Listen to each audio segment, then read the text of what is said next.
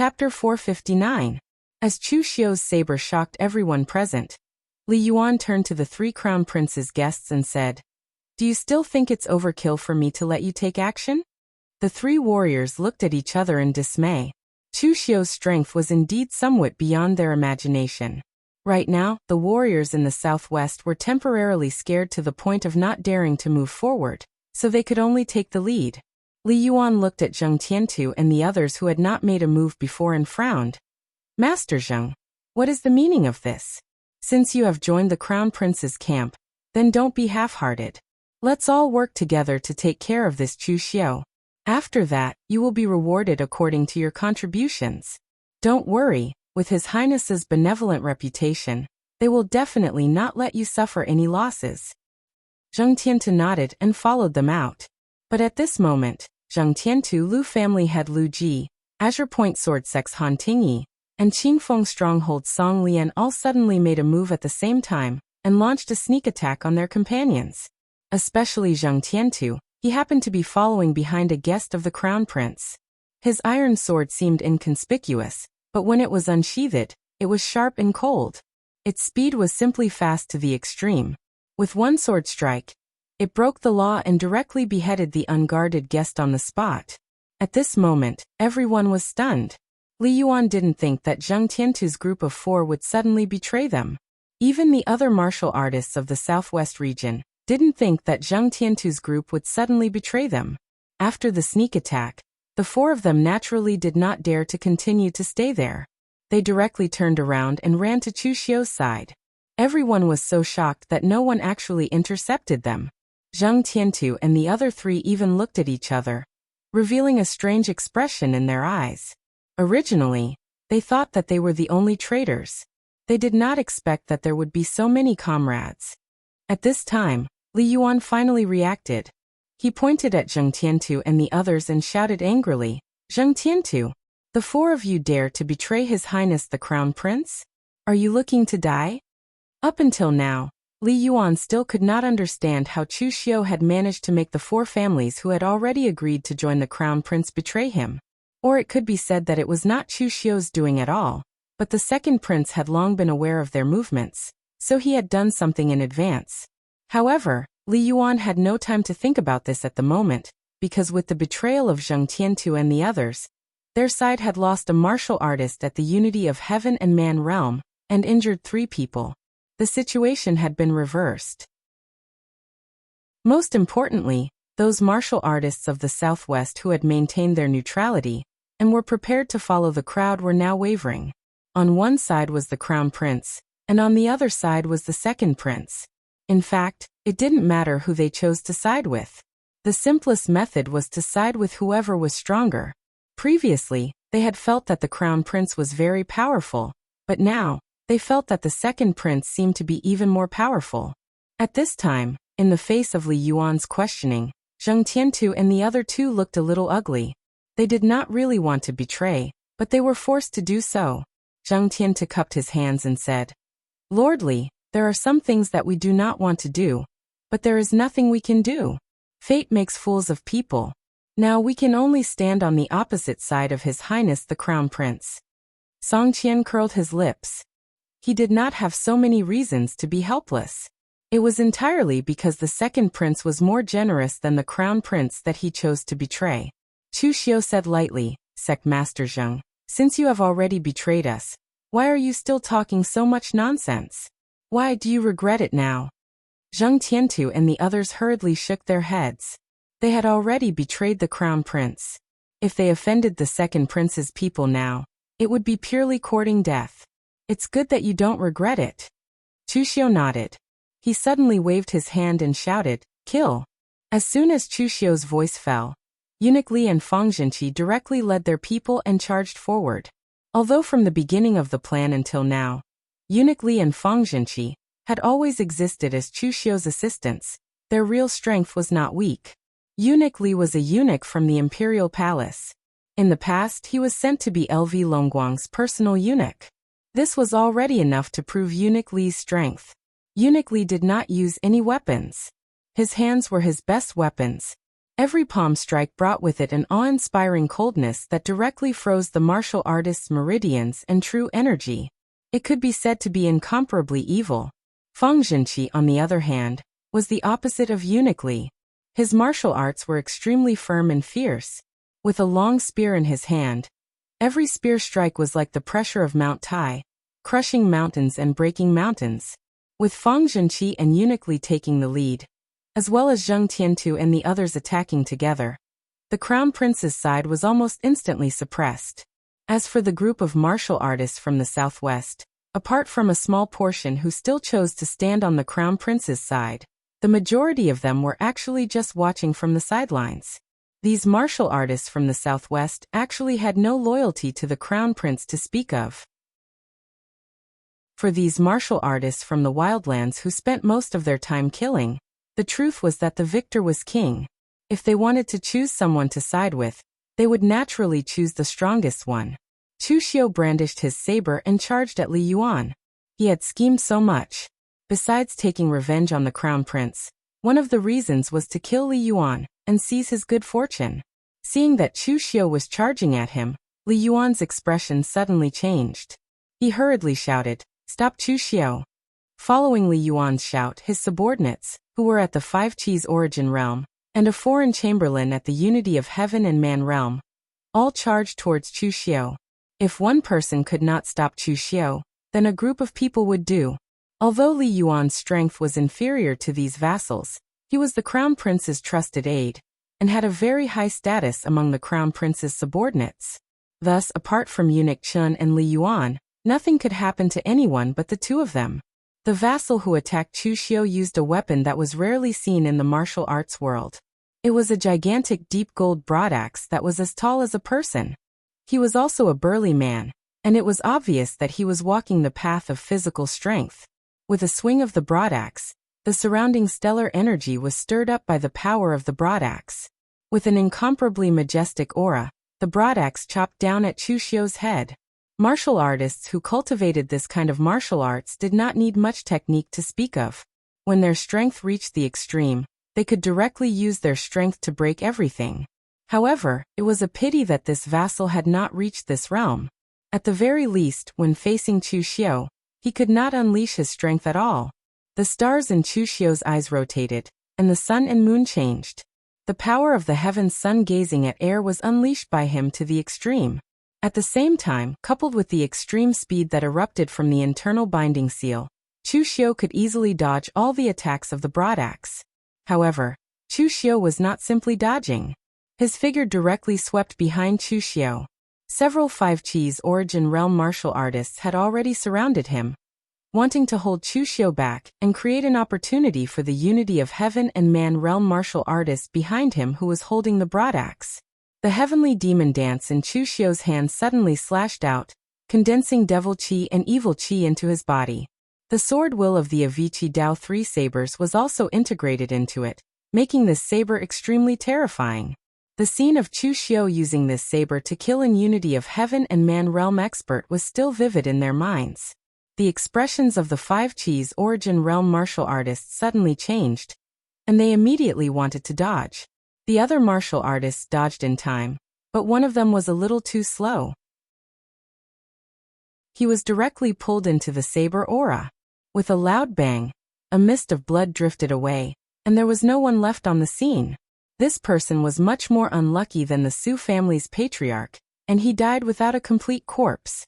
Chu Xiu stepped forward, and another Five Qis origin realm martial artist wanted to take advantage of the gap in Chu Xiu's saber to launch a sneak attack.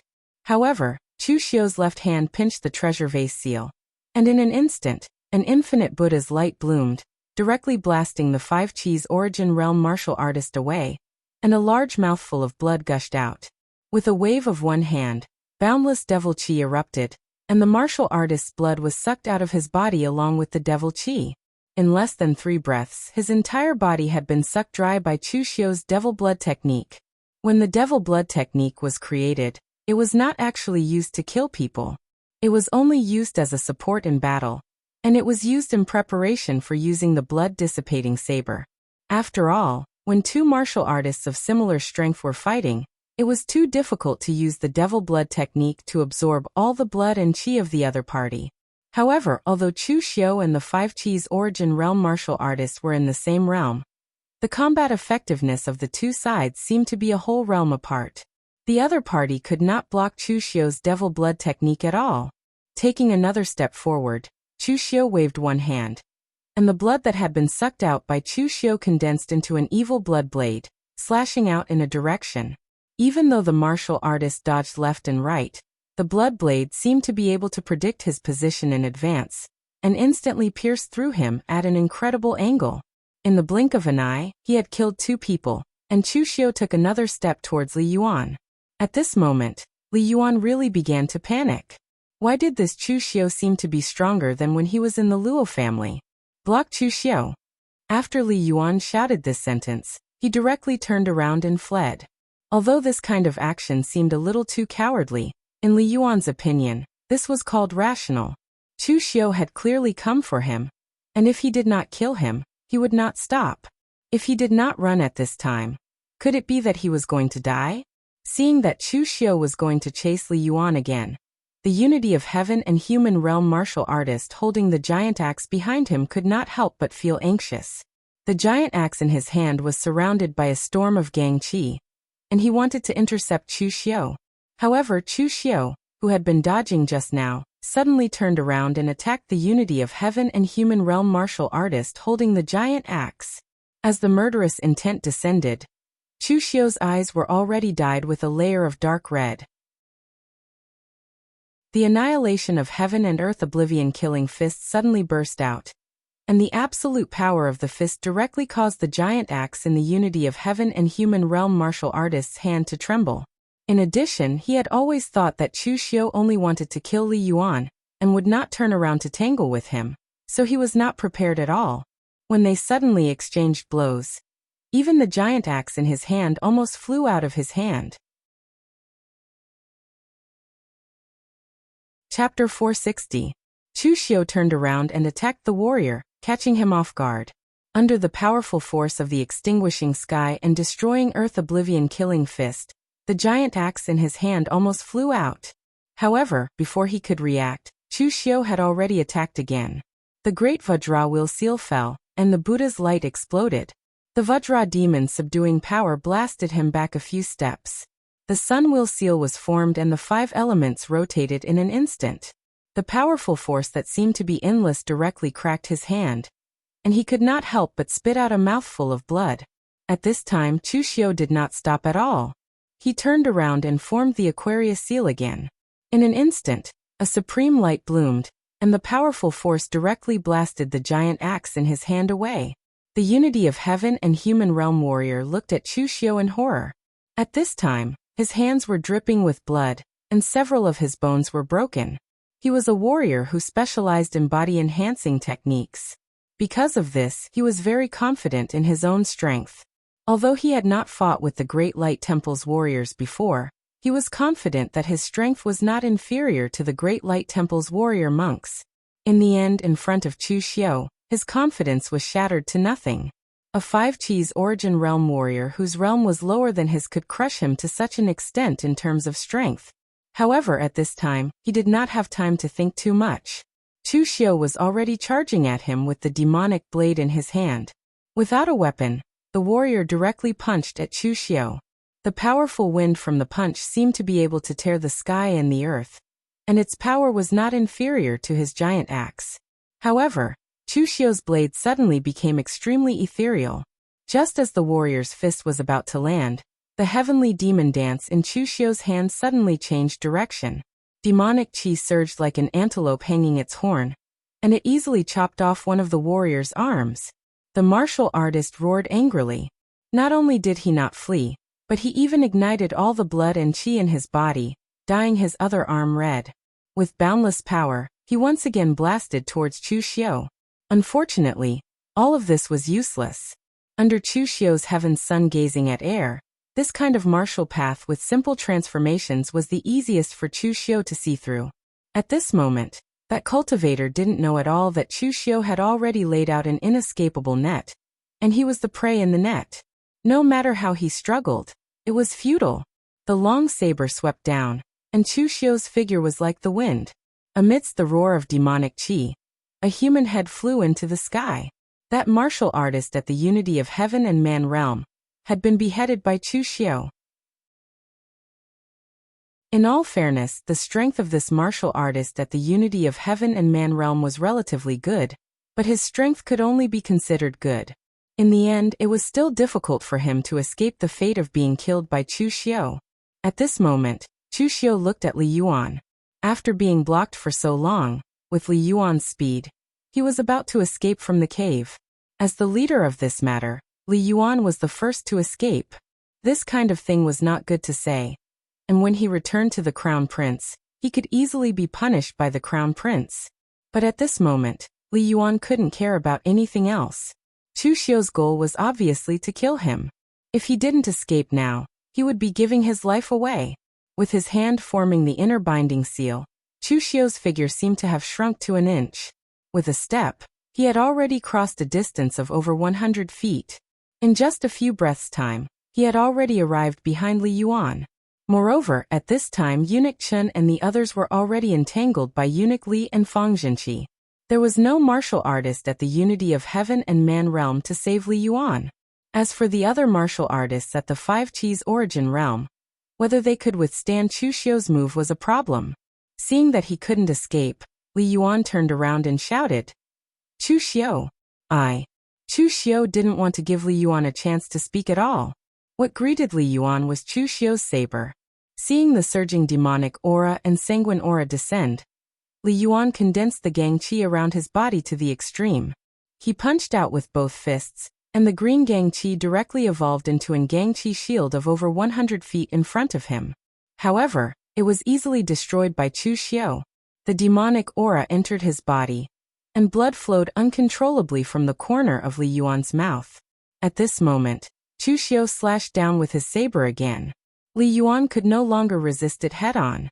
The blood and qi around his body burned, and his speed instantly rose to the extreme. He wanted to dodge and escape. However, just as he moved, Chu Xiu's saber momentum had already followed him like a shadow. Under Chu Xiu's heaven's sun gazing at air, any of Li Yuan's movements could be seen clearly. Unless his speed was faster than Chu Xiu's, to the extent that even if Chu Xiu could use the heaven's sun gazing at air to see through his movements, Chu Xiu wouldn't be able to catch up to him. Only then would he be able to escape. However, it was a pity that Li Yuan didn't have such speed. Therefore, he could only watch as the saber slashed towards him. In the face of life and death, Li Yuan roared angrily, and the blood and qi around his body burned to the extreme. The shadow of a blood-colored demon appeared behind him, and he condensed his fist intent to meet Chu Xiu's saber. However, at this moment, Chu Xiu suddenly retracted his saber and retreated. The saber actually didn't slash down. Just as Li Yuan was feeling puzzled, the demonic aura in Chu Xiu's hand rose. The blood and qi around Li Yuan suddenly burned at a speed that was 10 times faster than before. The majestic power of the blood and qi soared into the sky, and even the shadow of the demon that had condensed behind him was burning. Li Yuan definitely didn't know how terrifying the great demonic blood technique was. Sometimes, in the face of the great demonic blood technique, putting his life on the line was a luxury. Looking at Chu Xiu, Li Yuan roared in indignation. His blood and qi were completely burned, and his body shriveled up like a zombie as he fell to the ground. Looking at Li Yuan's corpse below, Chu Xiu actually felt a little sad. A future big shot had died at his hands, just like that. This made Chu Xiu feel like he had changed history. In fact, if he thought about it carefully, Li Yuan wasn't any different from others before he received the inheritance of the opportunity. In fact, among the warriors of the same level, he could only be said to be not bad, but not the best. How could a golden qilin be a creature in a pond? It could transform into a dragon when it encountered a storm.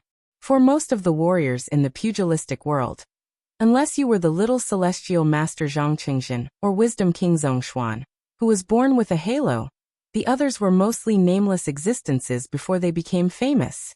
They could only wait for the opportunity that belonged to them to appear. For example, Luo Feiheng's falling out with the Luo family was an opportunity. Lu Fengxian obtaining the inheritance of the ancient demon god Lv Wenhe was also such an opportunity. However, Li Yuan no longer had this opportunity now. However, it didn't matter. Chu Xiu could fight for it and see if he could get this opportunity. At that moment, the second prince's side had completely started to suppress the crown prince's side. When Eunuch Chen saw that Li Yuan had also been killed, his expression changed several times. He waved his hand and decisively retreated with his people. Li Yuan was dead. He also knew that he had completely messed up this time. It would be fine if he messed up. After all, he was the crown prince's personal eunuch, and could be said to have watched the crown prince grow up. Even if he messed up, he wouldn't be punished. However, if he lost his life, he would lose everything. Therefore, Eunuch Chen was unusually decisive in escaping. As for Fang Zhenqi's side, they didn't choose to give chase. It wasn't that they didn't want to, but although they had the upper hand in terms of strength, they didn't have a crushing advantage. If they forcefully chased after the second prince and killed him, not to mention whether they could kill him or not, they would have to bear a considerable amount of losses themselves. They wouldn't do something like sacrificing 800 men to kill 1,000 enemies. Even if they sacrificed 500 of their own, Fang Zhenqi and Eunuch Li would still feel that they had suffered a loss. The outcome had been decided. Eunuch Li walked over and said with a smile, "This time, it was all thanks to official Chu's help. Otherwise, we wouldn't have been able to do it so beautifully." Chu Xiu casually cupped his hands and said, "Eunuch Li is too polite. We just took what we needed." With Li Yuan dead, the crown prince's plan was completely ruined. What happened next was not something that Chu Xiu could meddle in. Chu Xiu didn't care whether the second prince killed or kept the warriors in the southwest. He just waited for Eunuch Li and the others to leave after dealing with these matters. The ones who returned to Daliang City before Chu Xiu, and the others were naturally Eunuch Chen and the others. When Eunuch Chen had gone, he had brought along the experts under the crown prince, looking as if he was determined to win. However, when he returned, Li Yuan was dead. 2 of the 3 consecrators at the unity of heaven and man realm had died. More than half of his subordinates had also died. It was a miserable sight. At this time, the crown prince was still in his residence, reading and cultivating his mind. Of course, the crown prince didn't have much time to read. Most of the time, he was enjoying himself. The rest of the time, he was arranging for his subordinates to develop their various factions. Seeing Eunuch Chen return in such a miserable state, LV Longji's expression immediately changed. He hurriedly asked, "Where's Li Yuan? What's going on? Could it be that something happened in the southwest?" Eunuch Chen's face was filled with grief and indignation. "This old servant is guilty. Please punish me, Your Highness." As he spoke, Eunuch Chen recounted everything to LV Longji, including the reason why Chu Xiu had interfered in this matter. After listening, LV Longji's face was as black as the bottom of a pot. "Idiot. Trash. Scoundrel. Who told you to provoke Chu Xiu on your own?" LV Longji, who had always displayed a good upbringing, couldn't help but start cursing loudly. He wanted nothing more than to drag the already dead Li Yuan out from the ground and punish him severely. It was the same for this Chen Do. He had never imagined that his plans would once again be foiled by the same person. And that person was Chu Xiu again. If it could be said that Chu Xiu had accidentally stood on the opposite side of him previously, then this time, it was purely because of his own actions. But the heavens took pity on him. LV Longji really had no intention of making trouble for Chu Xiu. As the crown prince, LV Longji's reputation in the outside world had been pretty good, such as being courteous to the wise and magnanimous. But regardless of whether he was truly magnanimous or not, he would not go so far as to hold a grudge against Chu Xiu for what had happened to Jiang Wenyuan. After all, although Chu Xiu was famous compared to him, the crown prince, he was still a minor character. Although the crown prince would often mutter these words, he himself had forgotten them as time went by. In the end, Li Yuan and Chen Do had gone behind his back to provoke Chu Xiu. Not only had they failed to kill him, they had even forced Chu Xiu to side with the second prince, ruining his plans. LV Longji was so angry that his hands were trembling. Chapter 461. The Crown Prince, LV Longji. was actually the most unlucky one to be hit by this unexpected disaster, because from the beginning he did not know what was going on.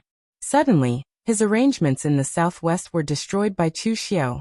Who could he go to reason with? Find Chu Xiu for revenge? Right now, Chu Xiu was with the second prince, and he was under house arrest.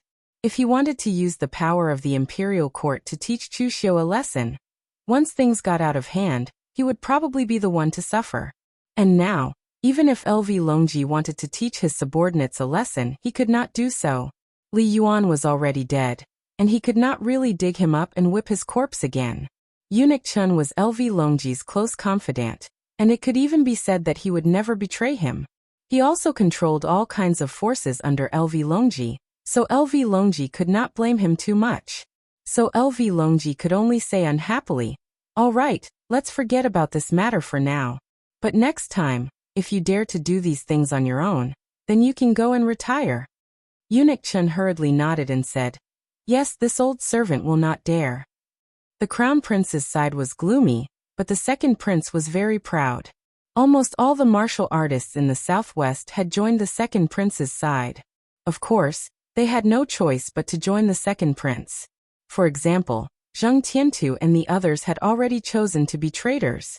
If they did not join the second prince, then who would help them block the crown prince's revenge? As for the other powers that chose to remain neutral, they followed the trend and sided with the second prince. So after returning to Great Liang City, the second prince personally called Chu Xiu over and said sincerely, "Chu Xiu, are you really not willing to join this prince's side? You have seen this prince's strength. My elder brother was only born a little earlier than me. In terms of strength and ability, how can he compare to me? If you join this prince's side, this prince will definitely not treat you unfairly. Eunuch Li is this prince's trusted eunuch. In the future, if this prince ascends to the throne, he will be the chief minister of the imperial household. And if you, Chu Xiu, join this prince, then this prince dares to grant you the position of great general. You can choose any one of them." This time, LV Longguang really saw Chu Xiu's strength and ability. He actually had quite a number of experts under him. There were those who gave him advice and suggestions, and there were also those who specialized in killing people. The only thing he lacked was someone like Chu Xiu, who was not bad at scheming. He was also very strong and could take charge of an area by himself. Therefore this time, LV Longguang was sincerely trying to recruit Chu Xiu. He even made a promise to become a marquis. However, Chu Xiu still shook his head and said, "I'm sorry, Your Highness. I can't let Hall Master Guan down. The Guanzhong torture room didn't let me down, so I naturally can't let the Guanzhong torture room down." Although Chu Xiu's words were dignified, he was laughing coldly in his heart. In this lifetime, he would never join any prince of Eastern Qi. Not to mention that Chu Xiu was not the kind of person who would willingly submit to others. The main reason was that he knew how long the emperor of Eastern Qi, Lu Haochang, could live. The only advantage this Eastern Qi emperor had over him was that he had lived for a long time. He had almost outlived his two sons to death. If Chu Xiu were to join LV Longguang's side, it would be a long time before he could be conferred the title of Marquis and Prime Minister. Unless he could assassinate LV Haochang and send him to the Western Paradise earlier, it would probably be impossible. LV Longguang frowned and said, "I know you want to repay the Guanzhong torture room's kindness. But a good bird chooses a good tree to fly. The Guanzhong torture room is not a good choice. Don't be fooled by the Guanzhong torture room's glory now. That's because the Guanzhong torture room is in a period of peace when the three countries are not at war. Therefore, the Guanzhong torture room thrives on the trade between the three countries. But if one day the three countries go to war, not to mention three countries, even if two of them go to war together, the Guanzhong torture room won't be able to withstand it." After all, LV Longguang was the second prince of Eastern Qi. He wouldn't spend all his time thinking about the infighting with the crown prince. He had an understanding of the world's situation. Naturally, the Guanzhong torture room was the same. Some people in Jianghu had long seen that the times made heroes, and it was also the time for heroes to build momentum. The Guanzhong torture room happened to have talents like Chu Kuanga and Guan Siyu, and it happened to be during the period of armistice between the three countries. That was why the Guanzhong torture room had developed to its current scale. But if the next leader of the Guanzhong torture room was incompetent and couldn't maintain this balance, or if something unexpected happened between the three countries, the position of the Guanzhong torture room would be in danger. Chu Xiu still shook his head and said, "Thank you for your kindness, Your Highness, but I may have to disappoint you." Hearing Chu Xiu's words, LV Longguang sighed in disappointment, but he didn't force it. He wasn't stupid enough to forcefully recruit Chu Xiu as his subordinate. LV Longguang waved his hand and said, "Since you don't want to join me, I won't force you. Well, I have one more thing to ask for your help. Go to Donghai County." Chu Xiu originally wanted to refuse, saying that he had to go back to the Guanzhong torture room. However, when he heard LV Longguang mention the East Sea County, his heart suddenly skipped a beat. In the original plot, the place where Li Yuan obtained the inheritance of opportunity was in the East Sea County. This made Chu Xiu connect the dots. "Oh, what is it? Please tell me, Your Highness." LV Longguang said, "Here's the thing. The holy monk of Donghai, Master Tam Yuan, is coming to the Central Plains today to preach. In fact, Master Tam Yuan is old and his life is coming to an end, so he is going to return to the Central Plains to pass away. Because Master Tam Yuan is so famous, when Master Tam Yuan comes ashore, the royal family of Eastern Qi and many people in Jianghu will come out to welcome him." Speaking of this, LV Longguang looked a little depressed and said, "Father will definitely not come out, so I have to send someone with enough weight. My eldest brother is the crown prince, so he is naturally the first choice. This kind of thing is basically not difficult for him. Although father didn't ask me to go, he didn't say that I can't send someone. This king's subordinates are not easy to use, so I'll have to trouble you to help this king bring the gift to Master Tan Yuan. In any case, this king only needs to reveal my name in front of Master Tan Yuan and the many people of the Jianghu." Chu Xiu listened quietly, but there was a strange look in his eyes. This was because the inheritance that Li Yuan obtained in the original plot belonged to this Master Tam Yuan. Speaking of this Master Tam Yuan was really famous, but it was not because of his strength, but because of what he did. Of course, this Master Tam Yuan was also very strong. At his peak, he was even an expert in the true fire spiritual cultivation realm. This Master Tam Yuan was not from the Great Light Temple, nor was he from the Sabodhi Zen Temple. He was just a monk from a small temple. When he cultivated to the three-flower realm, he was already in his 50s. However, since then Master Tam Yuan had decided to go east alone to spread Buddhism. There were many islands in the East Sea. These islands were large and small. Some were as big as a state, and some were even as big as a county. Therefore, there were a lot of people. However, because of the harsh environment, there were often natural disasters such as storms and tsunamis, so the warriors on these islands in the East Sea were somewhat violent. It was under such an environment that Master Tam Yuan went east alone, spreading Buddhism on every island and dispelling hostility and hatred. During this period, he experienced countless dangers and great horrors between life and death. His martial arts cultivation advanced rapidly, and he quickly climbed to the martial Tao master realm, becoming a famous master in the East Sea. If that was all, Master Tam Yuan's fame would not have reached the Central Plains. What really made Master Tam Yuan famous was a few decades ago. A warrior asked Master Tam Yuan to save the people on his island when a small island was engulfed by a tsunami. In the end, Master Tam Yuan actually made a move and fought against the power of heaven and earth alone. He even stepped into the true fire spiritual cultivation realm under the pressure. However, even the true fire spiritual cultivation realm was no match for the endless power of heaven and earth. In the end, although Master Tam Yuan managed to save the small island, his own foundation was also damaged. Not only was he severely injured, but he even fell back to the martial Tao master realm. It was impossible for him to make any progress in this life. Therefore, although he was a powerhouse in the true fire spiritual cultivation realm, he only stayed in this realm for a day. As this matter spread to the Central Plains, Master Tam Yuan was recognized by the entire pugilistic world as a true Buddhist master. Even the Great Light Temple and Sabodhi Monastery admired him very much. It was already very difficult for him to be willing to go to a barren land like the East Sea to spread Buddhism alone. However, Master Tam Yuan was willing to give up the powerful cultivation of the true fire spiritual cultivation realm to save the people on that island. Such a person deserved to be called a holy monk who truly had mercy in his heart. What martial art practitioners pursued in their entire lives was ultimate power. Even if the monks from the Great Light Temple always talked about being merciful, Chu Xiu could guarantee that none of the monks from the Great Light Temple would be willing to give up their cultivation to save the lives of an island. Chu Xiu never had a good impression of monks, but Master Tam Yuan could be said to be a true Buddhist master. There was no stain on his personal morality. According to the second prince, Master Tam Yuan came to the Central Plains because he was nearing the end of his lifespan. He was ready to return to his roots and pass away in the Central Plains. However, only Chu Xiu knew that Master Tam Yuan probably did not just want to return to his roots. He also wanted to find a successor. After all, Master Tam Yuan was also a warrior.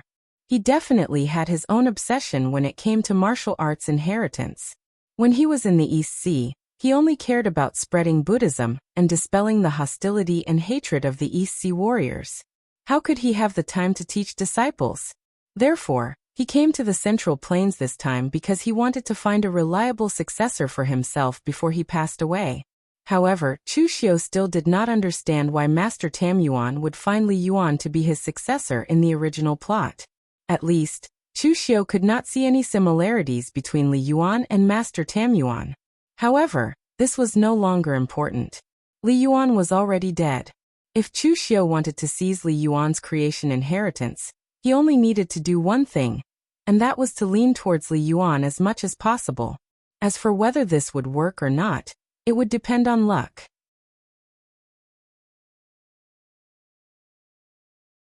Chapter 462. Chu Xiu had already decided to go to Donghai County to meet Master Tan Yuan, who was famous in Jianghu. However, in the face of the second prince, Chu Xiu remained calm and said, "With my friendship with His Highness, this is not a problem. But now I have offended the Crown Prince. What should I do if the Crown Prince comes to make trouble for me?" The second prince waved his hand and said, "Don't worry. Since I asked you to go on my behalf, how could I not consider this problem? Although my eldest brother's identity and status are enough to meet Master Tam Yuan, my father is worried that he is too young to control the situation. So he specially sent another influential Wu Dao Grandmaster, Xiao Baiyu, the Chancellor of Jixiao Academy. Lord Xiao Baiyu never participates in the struggle between princes, but there is a senior behind me who once made Lord Xiao Baiyu owe him a favor. If you go there, I will ask someone to bring a message to Lord Xiao Baiyu. As long as Lord Xiao Baiyu is there, my elder brother will never dare to hurt you." Chu Xiu nodded. He believed what the second prince said. With Xiao Baiyu's status in Eastern Qi, even the crown prince had to be polite to him. Although Xiao Baiyu was only a Wu Dao Grandmaster and not in the true fire realm, he was more important to Eastern Qi than an expert in the true fire realm. Every year, Jixiao Academy provided a large number of potential masters to the Eastern Qi Imperial Court. These people were the hope of the future for Eastern Qi, and Jixiao Academy was a continuous existence for the future of Eastern Qi. Therefore, Xiao Baiyu's status in the Eastern Qi Imperial Court was very special. Whether it was the Emperor of Eastern Qi or the General, they all had to be polite to Xiao Baiyu. With this promise, Chu Xiu directly took the second prince's gift to Donghai Prefecture. The second prince was not afraid that Chu Xiu would run away with the gift, because Master Tam Yuan was already a dying man. The second prince did not expect to win the support of Master Tam Yuan by sending a gift, so this time he just asked Chu Xiu to bring his gift to build up his reputation. The gift was naturally not something valuable. It was just a string of Buddha beads left by an eminent monk in antiquity times. Although it had been immersed in Buddha's light for a long time and had some power, it was not a precious treasure. With the gift, Chu Xiu directly went all the way to Donghai Prefecture. Donghai Prefecture was adjacent to the East Sea. Originally, it was not a prosperous place, and only some fleets coming and going from the East Sea often rested here. Therefore, the warriors of Eastern Qi and those on the islands of the East Sea were relatively common here. But with the news that Master Tam Yuan was about to return to the Central Plains, many people came to Donghai Prefecture in person, ready to see the glory of Master Tam Yuan, and most of them were warriors of the Buddhism sect. In recent years, the Buddhism sect was still extremely strong, but this strength was only in terms of force. When it came to the masters of the Great Light Temple or the Sabodhi Zen Temple, whether it was Su Yun or Su Siai, people would only say that they were masters of the Buddhism sect, but they would not be given the title of holy monk. To put it bluntly, even if someone wanted to give them the title, they would be too embarrassed to admit it. Therefore, Tan Yuan was now almost recognized in Jianghu as a master of the Buddhism sect, a holy monk of great virtue, worthy of being admired by many masters of the Buddhism sect. At this time, a dense crowd of warriors had gathered at the Dragon Beach at the mouth of Donghai Prefecture, waiting for the arrival of the fleet carrying Master Tam Yuan. Chu Xiu was also leaning on a boulder, holding a pot of yellow wine that he had brought from a small town outside the Dragon Beach, and he was drinking it slowly. In fact, Chu Xiu had already been waiting here for 2 days. Of course, there was no fixed time for sailing on the sea, so Chu Xiu also patiently waited here, and at the same time, thought about what he would say when he met Master Tan Yuan. Of course, the most important thing was to lean his state of mind on Li Yuan.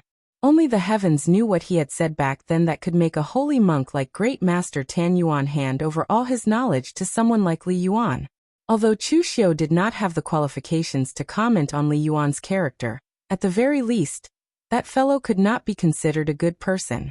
Furthermore, although he later became the Northern Jinbei King of Eastern Qi, a general who had once turned the tide and led the declining Eastern Qi to defeat the Northern Yan, and had a good reputation in Eastern Qi, he was a hero to the enemy. At that time, Li Yuan was worthy of being called vicious and merciless. The people of the Northern Yan hated him to the core. While Chu Xiu was deep in thought, there wasn't a single person around him. The closest person to him was over 100 feet away.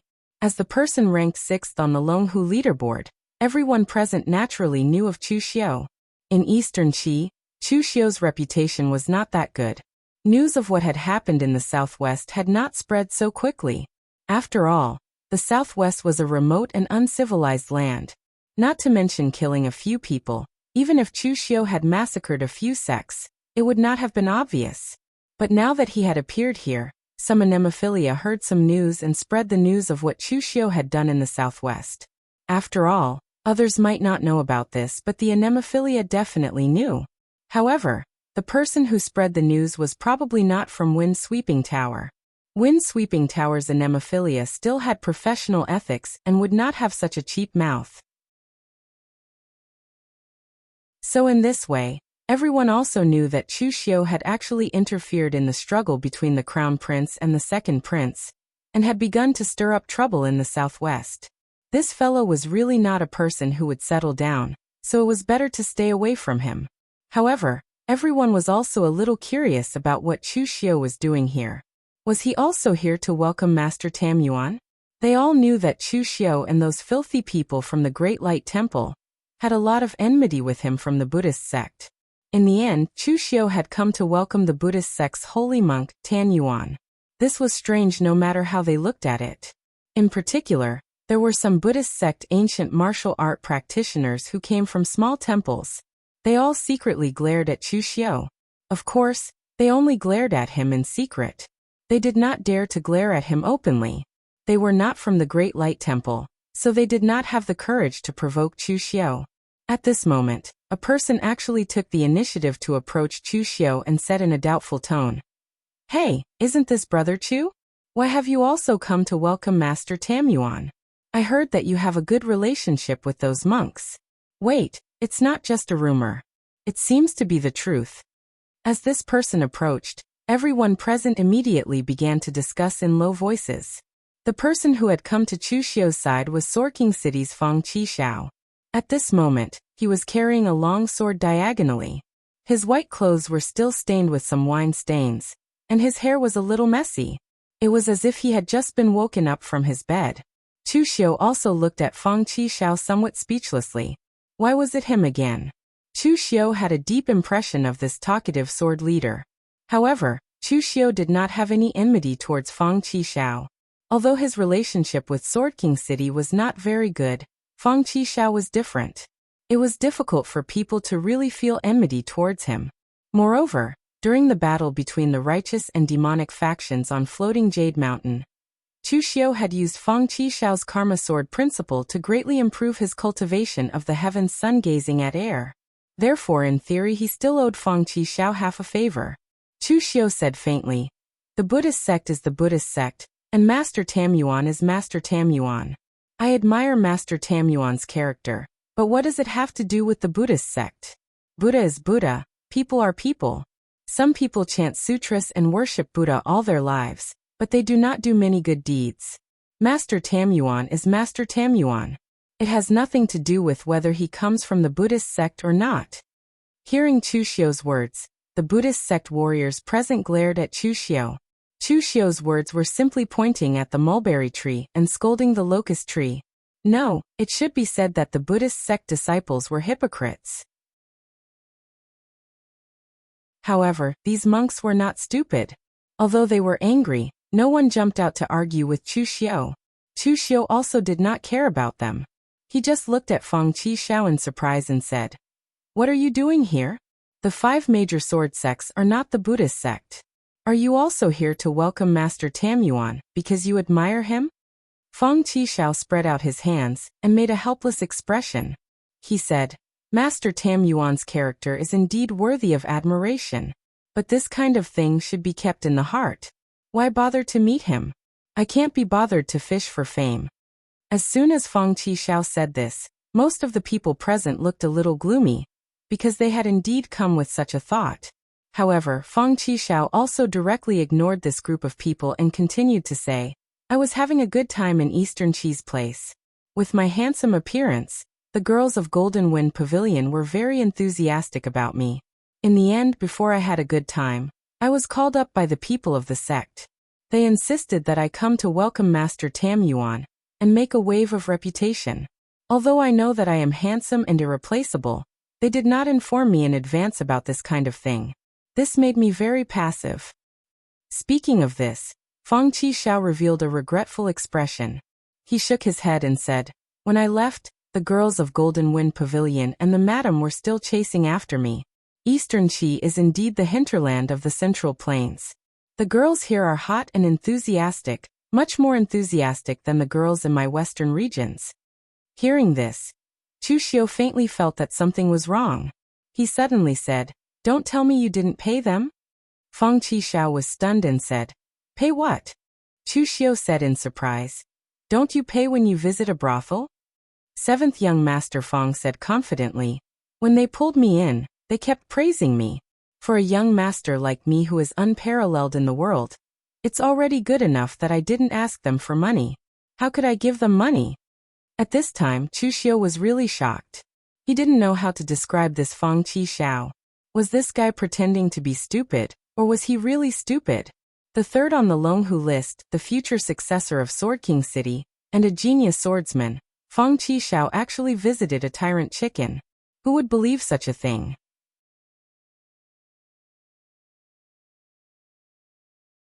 Chapter 463.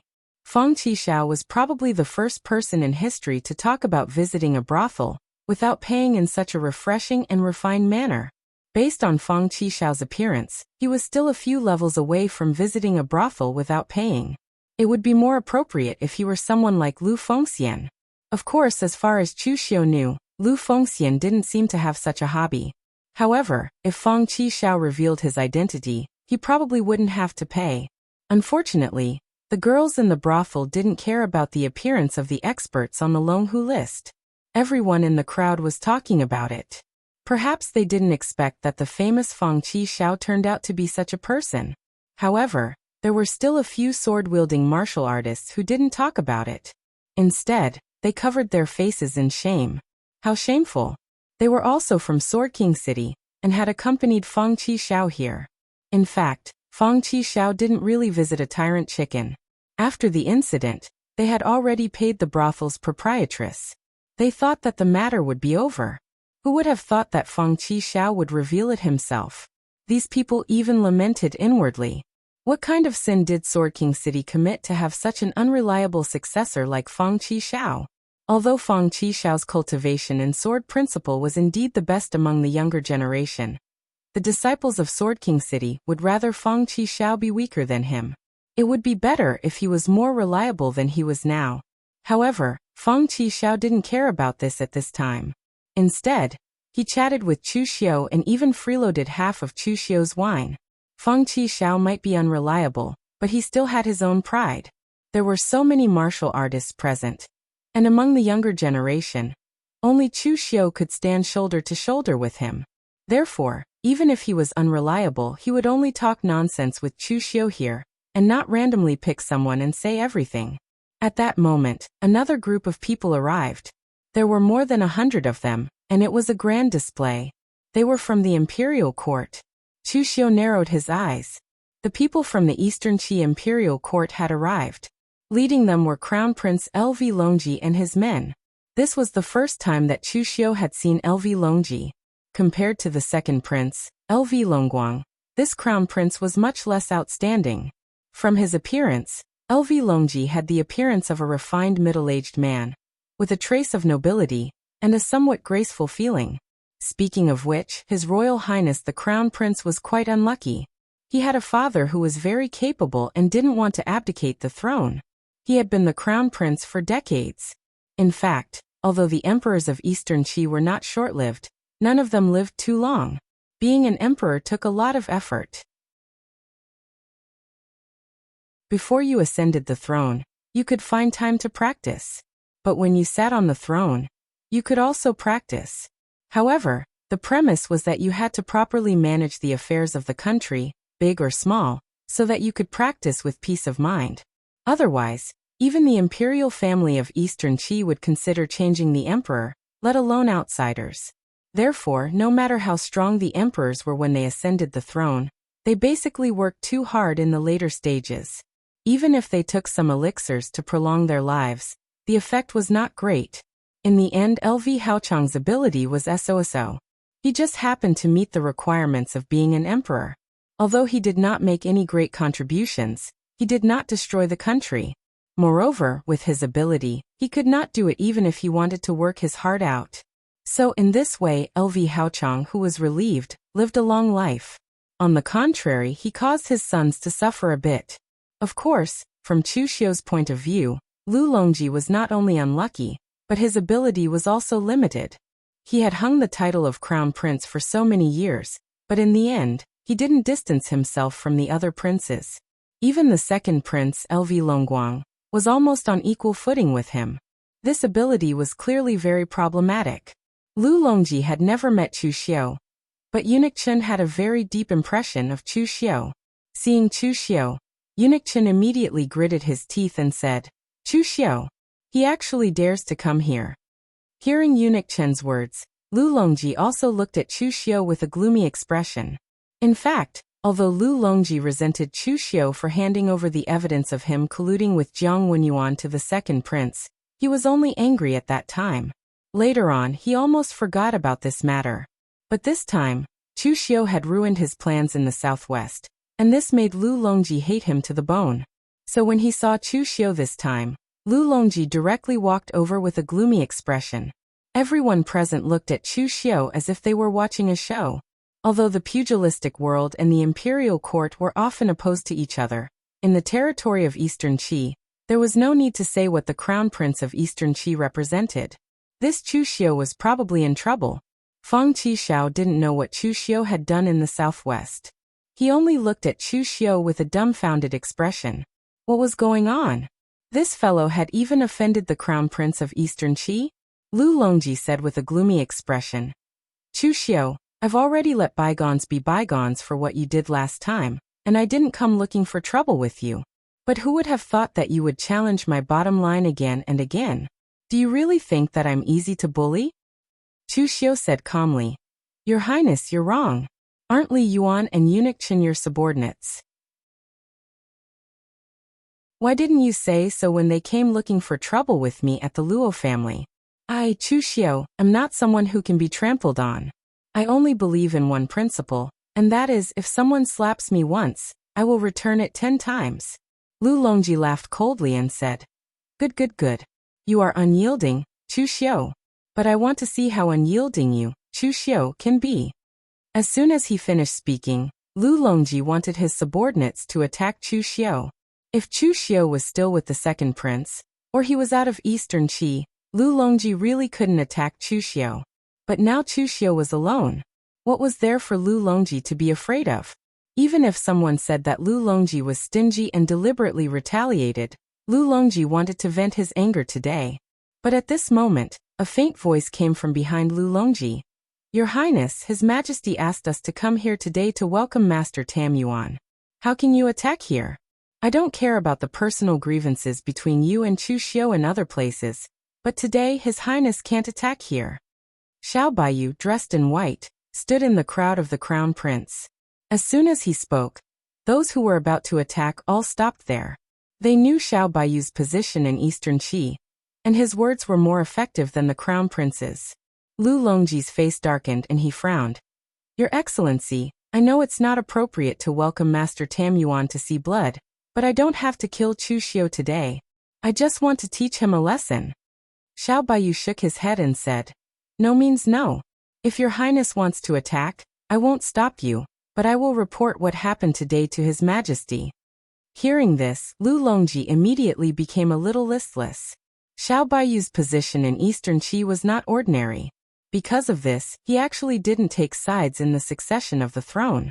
Even if this time the second prince used a favor to ask Xiao Baiyu to help him temporarily, it was just a help, and it had nothing to do with the choice of the throne. Therefore, the Emperor of Eastern Qi, Lu Haochang, trusted Xiao Baiyu very much. If Xiao Baiyu spoke ill of the Crown Prince in front of Lu Haochang, it was more effective than 100 words from others. Lu Longji glared at Chu Xiu fiercely, and directly turned to leave with his people.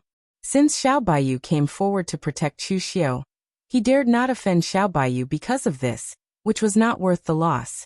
After the Crown Prince left, Chu Xiu cupped his hands to Xiao Baiyu and said, Thank you for your help, Grand Chancellor. Xiao Baiyu looked at Chu Xiu, shook his head and said, You're welcome. I just returned the favor. Xiao Baiyu looked at Chu Xiu and was a little speechless. It was the first time for him to see such a murderous young man. It was a miracle in Jianghu that Chu Xiu could go all the way to the present without being killed halfway. Of course, at this time, Chu Xiu also felt a little strange when he looked at Xiao Baiyu, because he found that Jixia Grand Chancellor seemed to owe favors everywhere. Last time, Xiao Baiyu saved Yan Tingting from him because he owed Yan Huainan a favor. And this time, Xiao Baiyu helped him because he owed a favor to a Wu Dao Grand Master on the side of the second prince. Favors were the most difficult to return. For example, Xiao Baiyu now, as long as someone asked, unless he had decided to be shameless, he must return the favor. Therefore in Jianghu Chu Xiu rarely owed favors. Most of the time he let others owe him favors. Xiao Baiyu sighed and said, I heard about the Luo family. How is Fei Hong now? Luo Feiheng was not only a member of the Luo family of Wujuan, but also a disciple of Jixia Academy. It could even be said that she was one of the most outstanding disciples that Xiao Baiyu had seen since he was in charge of Jixia Academy for so many years. Although Luo Feiheng was a woman, Xiao Baiyu knew that as long as Luo Feiheng was given time, she would definitely grow to a point that shocked everyone in the future. Unfortunately, the Luo family did not have Xiao Baiyu's vision, and they did not believe in Xiao Baiyu's vision. They would rather marry Luo Feiheng in exchange for immediate benefits than to cultivate Luo Feiheng with all their efforts and bet on their future. Xiao Baiyu wanted to save Luo Feiheng, but unfortunately, he was the Grand Chancellor of Jixia Academy. His every move represented Jixia Academy, and Jixia Academy belonged to the imperial court. After all, the Luo family of Wujuan was one of the 9 great families. One was in Jianghu, while the other was in the imperial court. It was a little sensitive for Xiao Baiyu to show up without authorization. Therefore, Xiao Baiyu was going to wait until Luo Feiheng married into the Ying family, and then he would ask the Ying family to let Luo Feiheng come back. He also had some friendship with the Ying family in Shangshui. However, he did not expect that Luo Feiheng would humiliate the Luo family on the day of the contest for marriage by fighting with Chu Xiu and others, which was somewhat unexpected.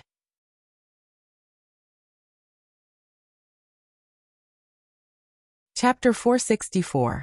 Knowing that Luo Feiheng was no longer in danger, Xiao Baiyu breathed a sigh of relief and said, "Maybe this is also a good home for Feiheng.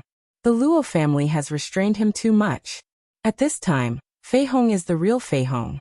After that, Xiao Baiyu also returned to the imperial court. After all, he also came on behalf of the imperial court this time. It was not good to stay with Chu Xiu for too long. Feng Qixiao came up and said, "Are you familiar with Xiao Baiyu of Jixia Learning Palace? This person is really a character." The Lord of Sword King City said that Xiao Baiyu alone is equivalent to a sect. Chu Xiu nodded. He knew what the Lord of Sword King City meant. Some people could practice but not teach. Teaching disciples also required skills. Obviously, Xiao Baiyu's skills in teaching disciples were very strong. However, after Feng Qixiao finished speaking, he raised his head proudly and said, "But teaching disciples also depends on the person.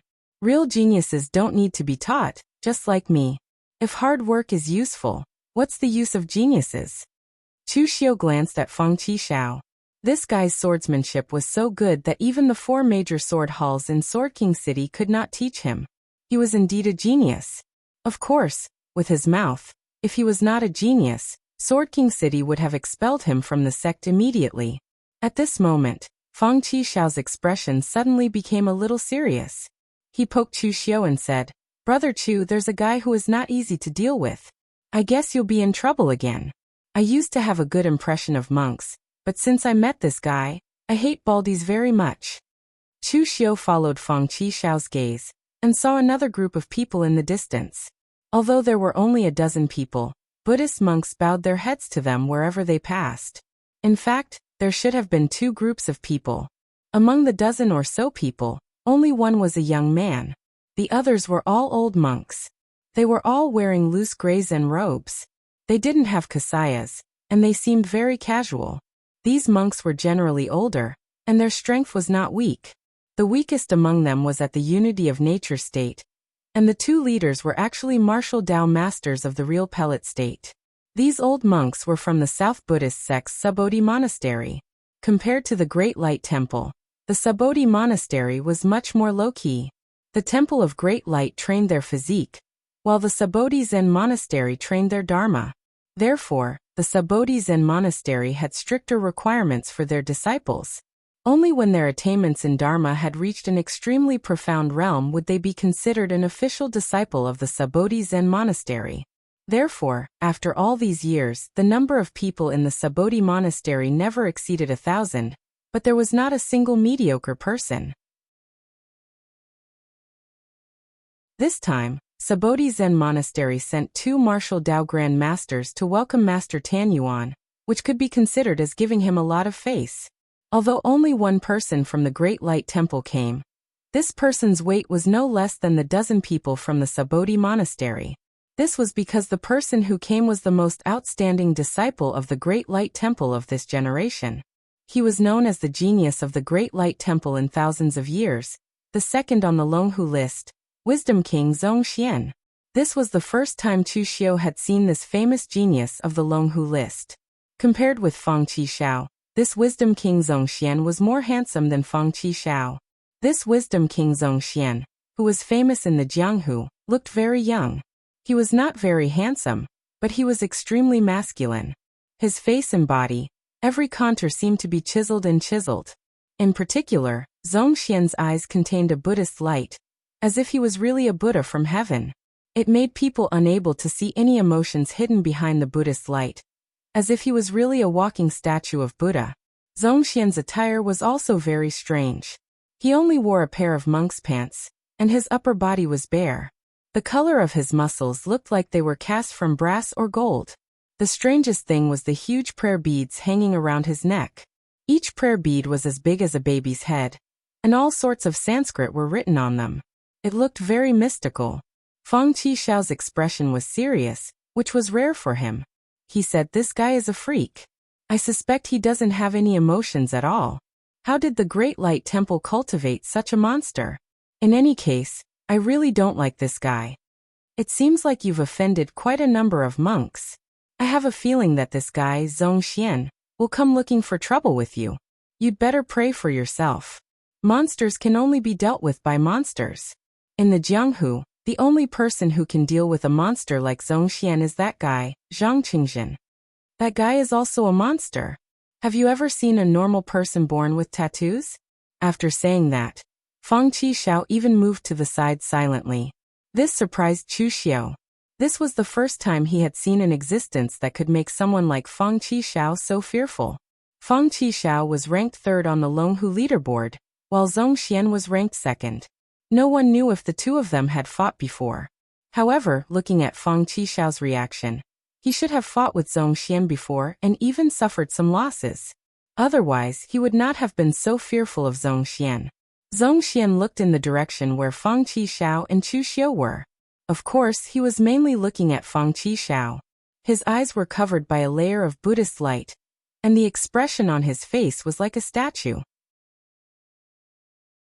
There was no change at all, so no one could read any information from his eyes, be it kindness or malice. Feng Qishao, you're here too, Zhongxian said calmly. Zhongxian said faintly. His voice was hoarse, like metal rubbing against metal. However, his tone was extremely calm and no emotions could be heard from it. Feng Qishao snorted coldly and said, "Why? Can't I come?"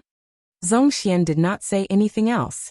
He was not here to find trouble with Feng Qishao, but to welcome Master Tam Yuan on behalf of the Great Light Temple. With his personality, he would not be able to distinguish between good and evil. It was only because Feng Qishao had fought with him before, and Feng Qishao's strength had gained his recognition that he took the initiative to greet Feng Qishao. There was no special meaning to it. It was just out of etiquette, and it was etiquette that Zhongxian himself thought was etiquette.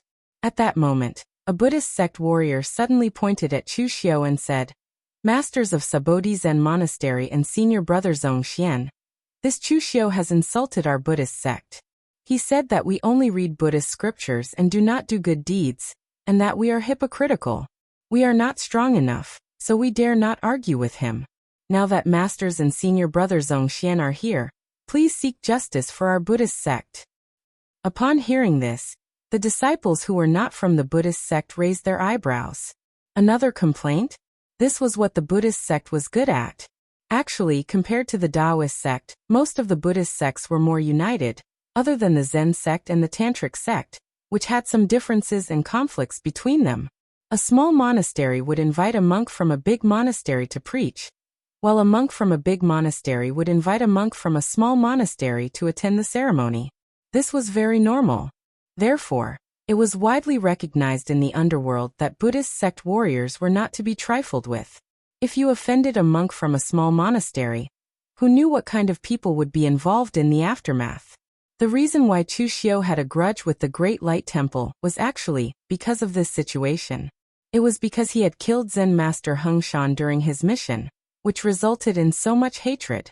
On the other hand, the Taoist sect was much more normal. You cultivate your Dharma, and I comprehend my Tao. The Taoist sect had 3,000 Dharma, and everyone did their own thing. Everyone did not interfere with each other, and there were not many implications. Anyway, as long as one sect was not destroyed, the orthodoxy would not be destroyed.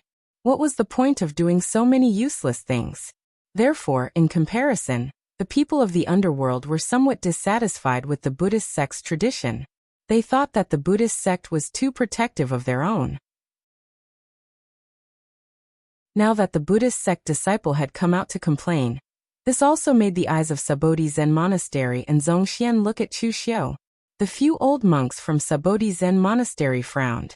They were all older generations of underworld warriors, so they did not pay much attention to the new generation of underworld elites like Chu Xiao. However, the high monks from Sabodhi Zen Monastery were good at maintaining their composure, so they did not need to be overly entangled with a junior warrior like Chu Xiao. Moreover, they were here to welcome Master Tam Yuan. If they were to make a move now, they would be ruining the Buddhist sect's own reputation. Therefore, these few monks from Sabodhi Zen Monastery did not question Chu Xiao or anything. Instead, they glared at the monk who had complained, signaling him not to cause trouble. However, at that moment, Zhongxian suddenly said, "You're Chu Xiao?" The Chu Xiu who killed the Great Light Temple's Vajra Monastery disciple and consecutively defeated several Great Light Temple disciples on floating Jade Mountain? Chu Xiu raised his eyebrows and said, "Why? You want to seek justice for them? The Great Light Temple sure has many talents. If one couldn't win, then a second one came. In the end, even Wisdom King Zongxian, whose name has shaken the underworld, showed up. I'm very curious who will come next." Zongxian's tone did not contain any emotion. He only said in a narrating tone, "Justice is fought for by oneself, not by others. Even if they beg me, I won't help them. However, I'm a disciple of the Great Light Temple, so I can't just watch my fellow disciples suffer. This isn't seeking justice, it's just a formality." As soon as he said that, before anyone could react, Zongxian suddenly moved. Strong winds howled, and the ground collapsed. His entire body shone with Buddhist light, and the Wisdom King seal fell. It was as if he really had the might of a Wisdom King descending into the world, shocking the world. Zongxian's sudden attack was something that Chu Xiu did not expect, and it was something that no one present had expected as well. It was too sudden. Zongxian's way of thinking seemed to be somewhat different from normal people. Any rules or things like face were useless to him. He simply used his own way of thinking to deal with any problem without any emotion. Just like what Feng Qishao said, this person was a freak. It was clear that he did not want to seek justice for his fellow disciples of the Great Light Temple. But because he was a disciple of the Great Light Temple, he had to attack Chu Xiu as a matter of routine. It had nothing to do with his reputation, but he was unusually decisive.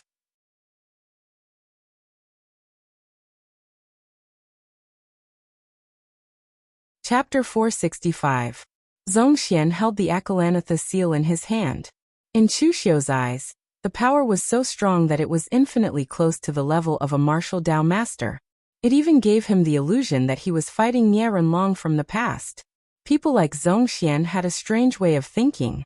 If he was weak, he would be the standard lunatic, and no one would care about him. However, if he had Zongxian's strength, then it was just like what Feng Qishao said, he was a freak. There was no other way but to stay away from him. However, now that Zongxian had made his move, Chu Xiu could not hide even if he wanted to. Under the Akalanatha seal, the sun, moon, and stars wheel in Chu Xiu's eyes rotated. He performed the heavens sun gazing at air skill to the extreme, but it was still useless. Zongxian's power was so strong that he could seal all the space around Chu Xiu to dodge. He was like a real Akalanatha. Under the extreme power, Chu Xiu could not dodge and could only choose to take it head-on. Squinting, Chu Xiu's body emitted a terrifying demonic aura and murderous aura. He performed the Avicii 3 Saber's saber intent to the extreme. When the saber slashed out, it was like the gates of hell had opened.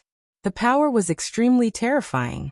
The blood-refined divine aura seemed to have condensed into a substance, turning into a sharp blade that condensed on the saber. Zongxian's Akalanatha seal was the incarnation of the Akalanatha, while Chu Xiu's demonic saber was the sacrifice to become a demon. Only when facing a martial Dao master would Chu Xiu explode with this level of power. Apart from burning his blood essence, this was the peak of Chu Xiu's power. Zongxian was not a martial Dao grandmaster, but the pressure he brought to Chu Xiu was not inferior to a martial Dao grandmaster. As the bright ruler seal clashed with Chu Xiu's demonic blade, an extremely powerful force suddenly burst forth. Chu Xiu's demonic blade, which seemed to be extremely powerful, actually shattered inch by inch under the bright ruler seal. The demonic chi was melted, and the refined blood divine shield was suppressed. The bright ruler seal, which was not considered a top-notch technique in the Great Radiance Temple, was used by Zongxian to the acme of perfection. As the seal landed, there was even the sound of Buddha's voice descending, and the bright ruler's angry roar rang out. Under the powerful storm of stellar energy, everyone in the vicinity dodged to the side, even Feng Qishao. He put away the mischievous smile on his face, and his expression became extremely solemn. He had experienced Zongxian's power before. Although it was not a battle of life and death, he was the one at a disadvantage. Even if Feng Qishao gave it his all, he was not confident that he could defeat Zongxian. Seventh young master Feng's karma swordsmanship could be said to be unparalleled. not to mention martial artists of the same level. Even many martial Dao grandmasters and powerhouses of the true fire spirit refinement state in the pugilistic world could not successfully comprehend it. However, the karma swordsmanship was not invincible. At the very least, when he was fighting Zhongxian, Fang Qishao was completely suppressed by Zhongxian. It was a complete suppression in terms of power. The karma swordsmanship had a cause and effect. Fang Qishao's sword had indeed stabbed Zhongxian, but his sword could not hurt Zhongxian. This was undoubtedly a terrifying thing, which was why Fang Qishao thought that Zhongxian was a freak. Now that he saw Zhongxian again, Fang Qishao did not feel that Zhongxian's strength had improved significantly. However, Chu Xiu surprised him a little. Previously, when Chu Xiu fought with Fang Qishao on floating Jade Mountain, Chu Xiu had only displayed his equally mysterious karma swordsmanship. It was only now that Fang Qishao realized that Chu Xiu's power was also extremely terrifying in a head-on confrontation. Unfortunately, Chu Xiu's opponent was Zhongxian, an existence that even Fang Qishao called a freak. In the fierce collision, Chu Xiu's demon saber collapsed, and he could not help but retreat step by step. With every step he took, the ground under his feet would explode and form a pit that was several feet wide. After retreating more than 10 steps, Chu Xiu's face turned pale, and even his internal organs could not withstand the powerful force. It was an extremely pure and powerful force. Zhongxian's expression did not change at all, but the Buddhist light in his eyes grew stronger. He stared at Chu Xiu, and his movements paused for a moment. This might be Zhongxian's expression of surprise. He was surprised that Chu Xiu could actually block his seal. However, Zhongxian dropped another seal. This time, the Buddhist light that filled the sky condensed into a Dharma idol that appeared behind Zhongxian. It was surrounded by Buddhist flames, and it glared angrily. The angry Akalanatha seal. The Buddhist light burned the world, and as the angry Akalanatha seal fell, the surrounding air began to ripple. The chi of heaven and earth was stirred up, and this overbearing force could not tolerate any foreign things. Chu Xiu roared angrily, and a powerful aura emerged from his body. All the gang chi condensed into one, and he was as immovable as a mountain, invincible. Under the Duga seal, the stellar energy shield around Chu Xiu's body seemed to have condensed into a solid form. However, under the enraged Akala seal, the stellar energy shield shattered with a loud bang. It did not even manage to resist for a breath of time. However, at the moment when the gang chi shield shattered, all the killing intent around Chu Xiu condensed to the extreme, and even the last trace of clarity in his mind was swallowed by the boundless killing intent. There was nothing in the world that could not be killed. When the killing intent reached a crazy level, and even to the point of forgetting oneself, this was the real oblivious killing fist. The might of that punch was too extreme. So, ever since Chu Xiu had obtained the sky decimating earth extinguishing oblivion killing fist, he had never unleashed the might of that move to such a pinnacle degree. And now, Zhongxian had successfully forced Chu Xiu to use that punch. The fists collided, and the boundless killing intent and the Buddhist light seal suddenly scattered. The ground under their feet began to crack inch by inch, and even stretched for hundreds of feet. Looking at a small area, it looked like an earth dragon turning over.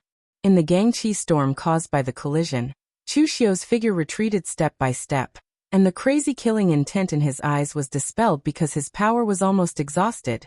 A strand of blood flowed from Chu Xiu's mouth as he looked at Zhongxian with a trace of astonishment in his eyes. Power. Zhongxian was only good at power, so in this aspect, Zhongxian had even surpassed some martial Dao masters. All along, Chu Xiu had been using power to crush others, and now it was finally someone else's turn to use power to crush him. This feeling was indeed a little unpleasant. On the other side, Zhongxian raised his right hand, and the Buddhist light in his eyes was a little dimmer than before. On his right hand, the skin that seemed to be cast with steel had cracks at this time, as if it had been cut by a net of knives. That was caused by Chu Xiutian's despair annihilation selfless killing fist. When the killing intent reached the extreme, it would be sharper than the edge of a knife. Under that punch, Chu Xiu vomited blood, and Zhongxian suffered some superficial injuries. At first glance, it seemed that Chu Xiu was defeated, but he did not suffer a loss because his opponent was Zhongxian, who was one realm higher than him, so Chu Xiu's defeat was not shameful. The warriors present who were a little dissatisfied with Chu Xiu did not see anything wrong with Zhong Xian at this time. They only saw that Zhong Xian made Chu Xiu vomit blood with 2 moves. This guy was so arrogant before, but now he had seen his power, right? At this moment, Xiao Baiyu frowned and said, Zhong Xian, that's enough. Since you are here to welcome Master Tam Yuan on behalf of the Great Light Temple, you are losing the face of your Buddhism by fighting here. The expression on Zhong Xian's face did not change at all, but he did not continue to fight. 2 bright king seals are enough. I didn't want to fight again, otherwise you can't stop me. Zhong Xian's words were very arrogant, but his expression when looking at Xiao Baiyu was still the same, without the slightest change, as if he was just stating a fact. Xiao Baiyu was not angry. He was still very tolerant, especially because he knew that what Zhong Xian said was likely to be a fact. Whether in Jianghu or in the Eastern Qi imperial court, Xiao Baiyu was not famous for his absolute strength. He was famous only because of his insights on martial arts and his identity as the chancellor of Jixiao Academy. In fact, if they really fought, Xiao Baiyu would definitely not be defeated, but he could not stop Zhong Xian from fighting with Chu Xiu. After that, Zhong Xian walked straight back and looked in the direction of Donghai. Even if there were other Buddhist disciples around him who greeted him, Zhong Xian seemed not to hear them. Chu Xiu raised his eyebrows, threw an elixir into his mouth, and chewed it casually as if he were chewing candy. His internal organs suffered some minor injuries, but they were not too serious. Chu Xiu was not a sore loser. Zhong Xian's strength was indeed very strong. Chu Xiu suspected that Zhong Xian now had the strength to challenge a Wu Dao Grandmaster. Although he was defeated by Zhong Xian in 2 moves, Chu Xiu was not depressed. Zhong Xian hadn't used his full strength, and neither had Chu Xiu. Chu Xiu had only lost to Zhong Xian in terms of pure strength, and Chu Xiu wasn't only good at brute force. Of course, the most important thing was that Chu Xiu was still in the 5 Qis collecting in Yuan realm, while Zhong Xian had reached the oneness of heaven and human beings realm. Although the oneness of heaven and human beings realm was only 1 realm lower than the 5 Qis collecting in Yuan realm, it was a world of difference for the current Chu Xiu. Once he stepped into the oneness of heaven and human beings realm, Chu Xiu's strength would definitely skyrocket. At that time, although it would still be hard to tell who would win between him and Zhong Xian, at least Chu Xiu would not be defeated so easily. Moreover, Chu Xiu was not too far away from this realm. He only needed an opportunity to step into the oneness of heaven and human beings realm. At that moment, Feng Qishao sneaked back to Chu Xiu's side and said in a low voice, I've said it before. This guy is a freak. His martial arts are stubborn, and he's also extremely stubborn when it comes to doing things. I'm very curious if the Great Light Temple will let such a person become the abbot in the future. TSK, that scene is simply unimaginable. Chu Xiu glanced at Feng Qishao. If Sword King City dared to choose someone like him as the successor to take over Sword King City in the future, why couldn't Zhong Xian become the successor of the Great Light Temple's abbot in the future? Even someone like Feng Qishao dared to mock Zhong Xian. One could imagine how good this guy felt about himself.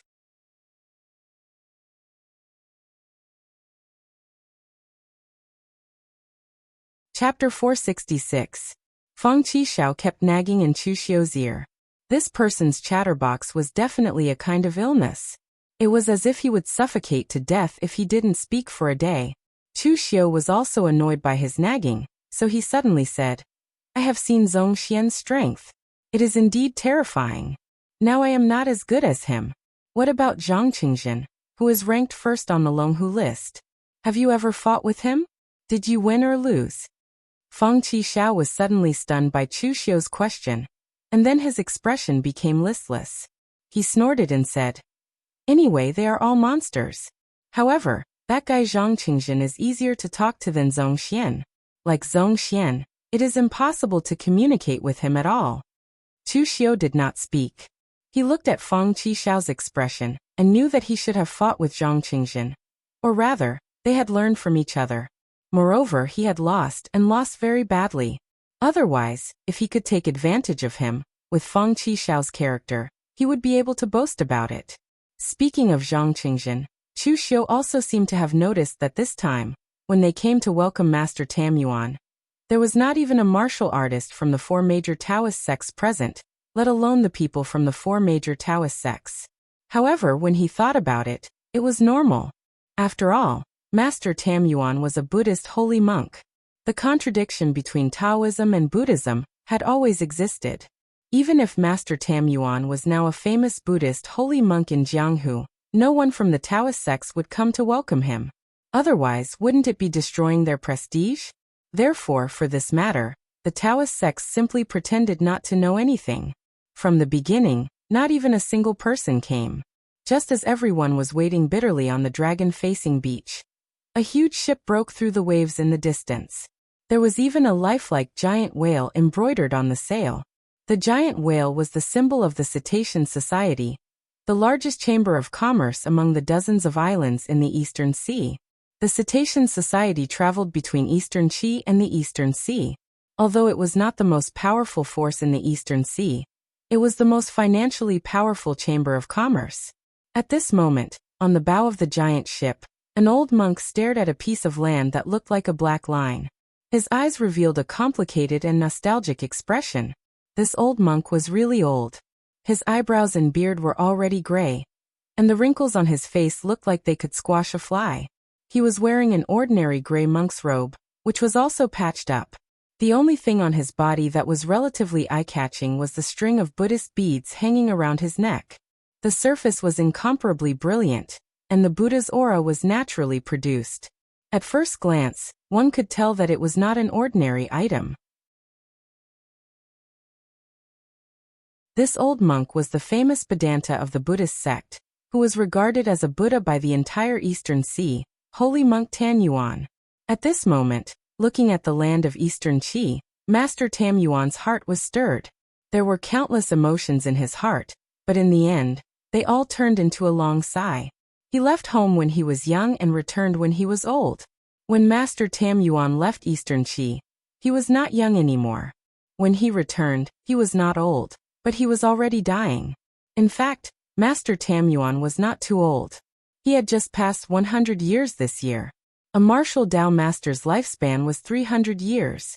Even if Master Tam Yuan had only stayed in the true fire spirit refinement state for a day, it was not a problem for him to maintain the 300 years of lifespan of a martial Dao master. However, it was a pity that Master Tam Yuan had been spreading Buddhism in the Eastern Sea all these years, dispelling hostility and hatred. He had also fought with many people, and sometimes he even fought against a large force alone. For a long time, his body was full of internal injuries. Although he still retained the strength of a martial Dao master, his lifespan was close to exhaustion. Master Tan Yuan was a martial Dao grandmaster, yet he ended up in such a state. In the eyes of outsiders, it didn't seem worth it, but in Master Tan Yuan's eyes, he had never regretted it. There must be something in life that was worth persevering for. In the past, when Master Tam Yuan was middle-aged, he went overseas to spread Buddhism and dispelled hostility and hatred. At that time, even Master Tam Yuan himself was very confused. A person had 100 years of life, and the first half of Master Tam Yuan's life was very mediocre. His martial arts aptitude was mediocre, and his Buddhism aptitude was mediocre. He was born in a small temple, and perhaps he would spend the rest of his life like that. But for some reason, even Master Tan Yuan himself did not know why he had suddenly come up with the idea of crossing the sea east back then. Perhaps it was a moment of impulse, or perhaps it was a thought that he had hidden deep in his heart for many years. Now that several decades had passed, although the overseas region had yet to be completely bathed in the Buddhist Dharma, there were already temples of various sizes built. Originally, the various islands would fight to the death because of the conflict of interests, and many of the enmity had been resolved by him. Monk Tan Yuan, who was unknown in the past, had also become the current holy monk Tan Yuan. Lowering his head and sighing, Master Tam Yuan took out a jade slip from his bosom and played with it. This was something given to him by his good friend, Taoist Tian Shu of the East Sea Ling Ao Island, to help him find a disciple. In fact, when it came to martial arts, Master Tam Yuan was not too obsessed. Martial arts was the way to stop war. It was not that Master Tam Yuan had not killed people before, but the number of people he had saved was 10 times or even 1,000 times more than the number of people he had killed. Therefore, when he was in the East Sea, Master Tam Yuan had not had the time to find a disciple. It was only now that he realized that he did not have much lifespan left, that he had the idea of looking for a successor.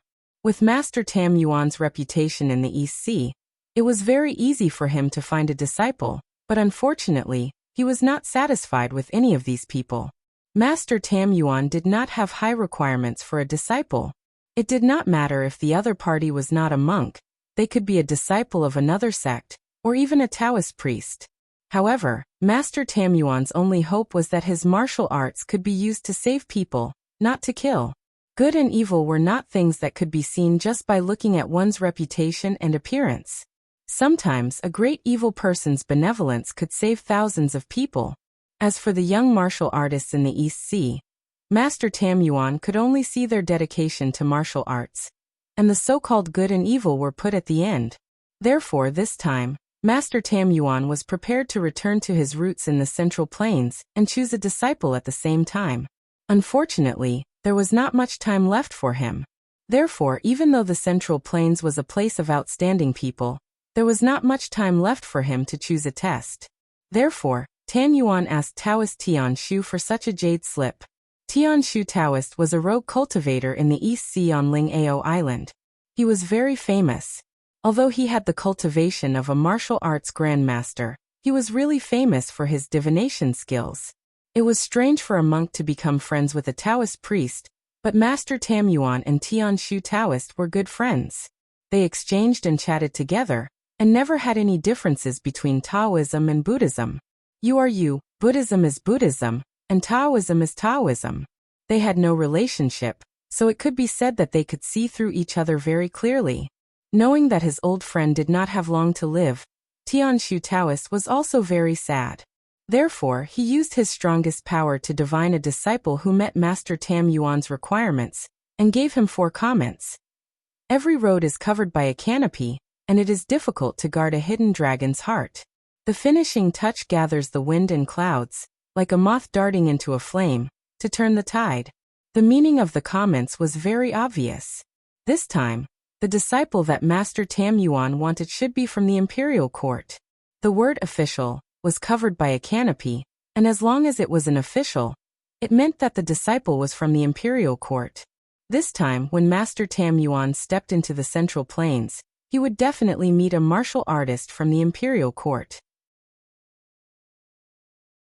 The hidden dragon's heart was difficult to guard. A hidden dragon's heart referred to the fact that the other party was still a hidden dragon, and he was not famous.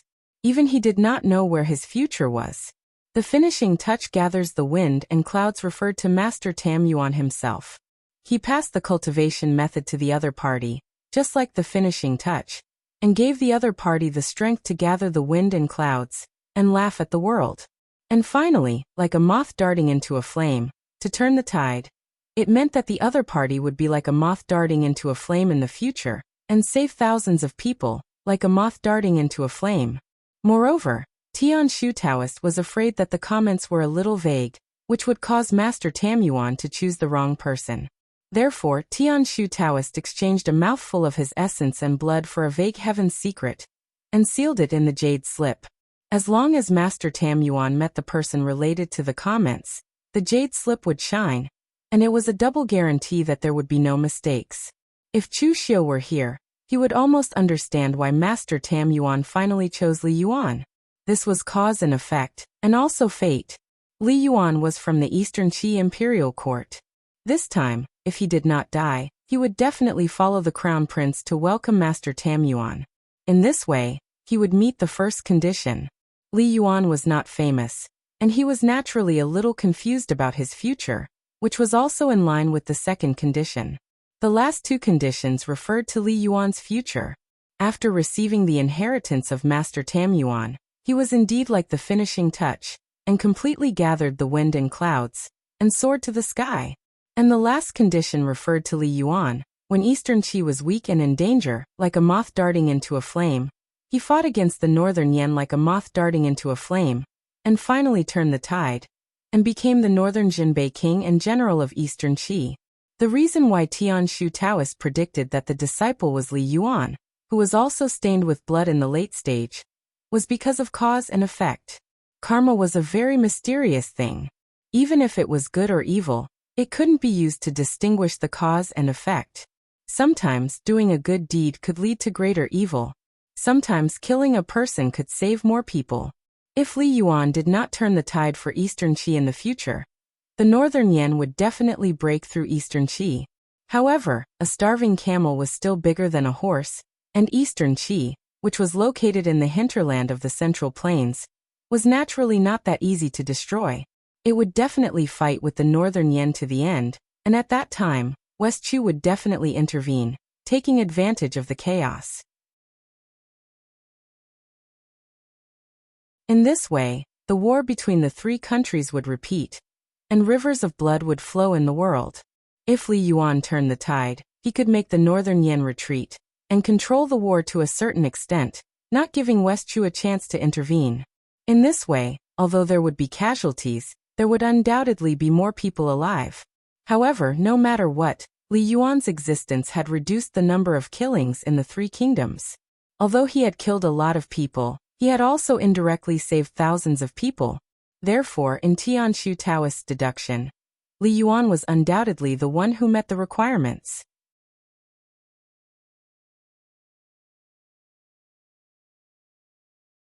Chapter 467. While everyone on the shore was waiting anxiously, the Cetacean Society's warship was about to reach the shore. At this time, a well-dressed middle-aged man walked behind Master Tam Yuan and whispered, "Master, we're almost there." Master Tam Yuan turned around and smiled. "Master Long, sorry to trouble you." The middle-aged man hurriedly said, "Master, please don't say that. If it weren't for you in the past, the Cetacean Society would have been annexed by the East China Sea's 3 evil islands. Master Long has been protecting the East China Sea all these years, reducing the number of killings in the East China Sea. It's a pity that good people don't live long. Now that you're leaving, I'm afraid the East China Sea won't have many peaceful days." At this point, the middle-aged man's eyes turned red and he looked sad. This middle-aged man was the Cetacean Society's leader, Long Tianying. He was considered a figure in the East China Sea. However, a businessman was a businessman after all. Even if he had some strength, it was quite difficult for him to develop the Cetacean Society to such a level. Thanks to Master Tam Yuan's protection in the past, the Cetacean Society was able to develop to its current scale. Therefore, Long Tianying was really sad that Master Tam Yuan was about to pass away. Master Tam Yuan smiled and said, "Master Long, you don't have to be like this. Life and death are fated. This is the cycle of reincarnation. It can't be changed. Whether good or bad, they can't escape this. However, the East China Sea's order has been established. As long as everyone can abide by the rules and not kill the innocent, the East China Sea will still be the East China Sea. It's the same principle with or without this old monk."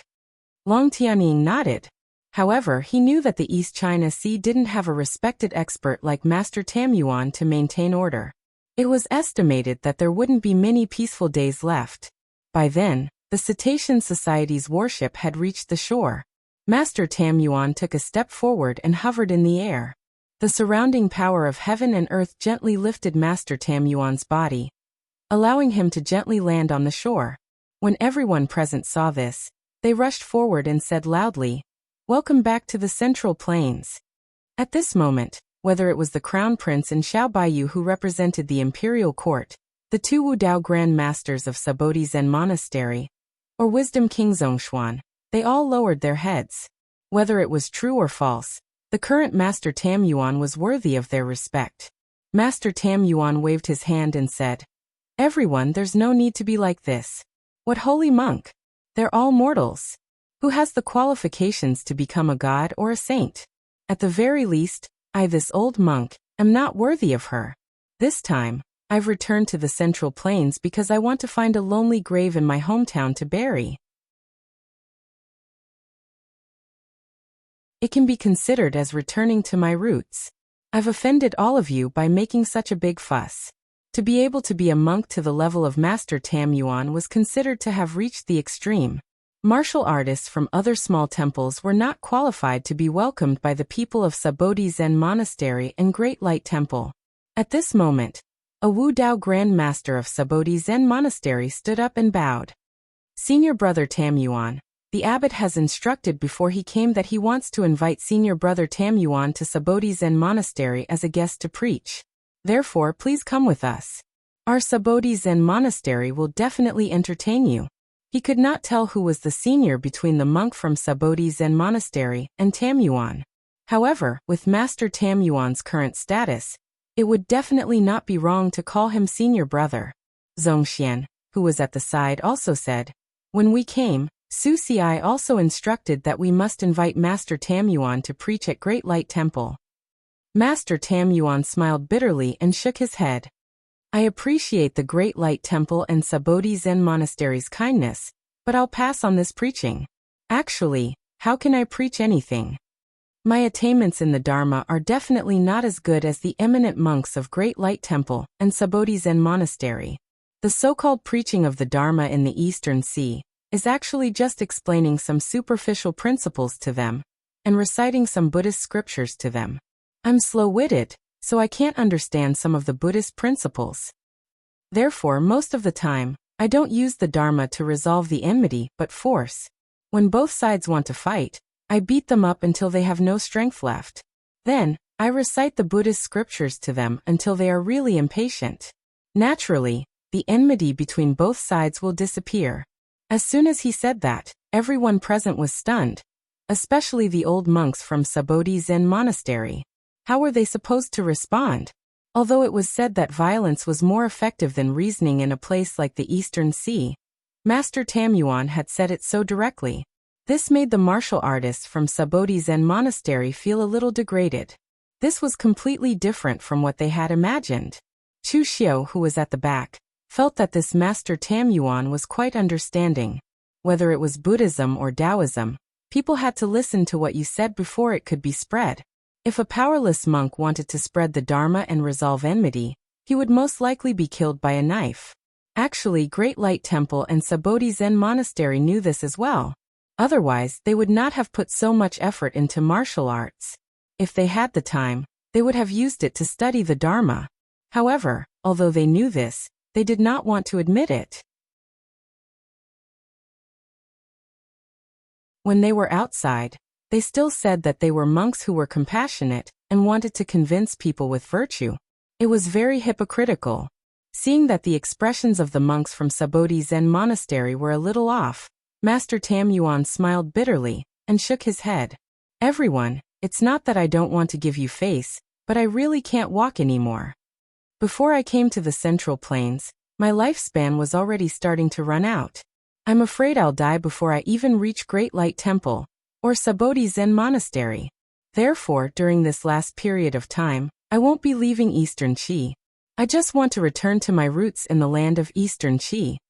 Master Tam Yuan did not mention that he wanted to find a disciple, because once he did, the young talents of the entire pugilistic world would swarm over. By then it might cause some impact. According to the divination given to him by Taoist Tianshu, he would definitely meet a suitable disciple when he returned to the Central Plains this time. There was no need to force it. Meanwhile, when the monks from Sabodhi Zen Monastery saw that Master Tam Yuan had rejected them, they did not say anything else. Since Master Tam Yuan was unwilling, they naturally would not force him. And with Zongxian's character, he would not say anything else. In any case, he would say whatever the abbot wanted him to say. Zongxian had already said what the abbot wanted him to say, so at this time, Zongxian stood at the side like a statue, not saying a word. At this time, Crown Prince LV Longji walked over and asked his subordinates to take out a few gifts. He cupped his hands and said, "Since Master Tam Yuan is unwilling to go to Great Light Temple or Sabodhi Zen Monastery, then you can stay in Qi for a while." Imperial Father had once said that it was an honor for the Great Qi Kingdom to have someone like Grandmaster Tan Yuan appear in the Great Qi Kingdom. Therefore, we must invite Grandmaster Tan Yuan to Great Liang City. Imperial Father will personally receive you. Father also said that when the time comes, He will personally build a temple for you in Great Liang City. He will also erect monuments for you in other places in Dachi. Master Tam, you went to the east to spread Buddhism and spread the name of the Central Plains. It can be said that you are a role model for the people of Dachi. Dachi will never forget you.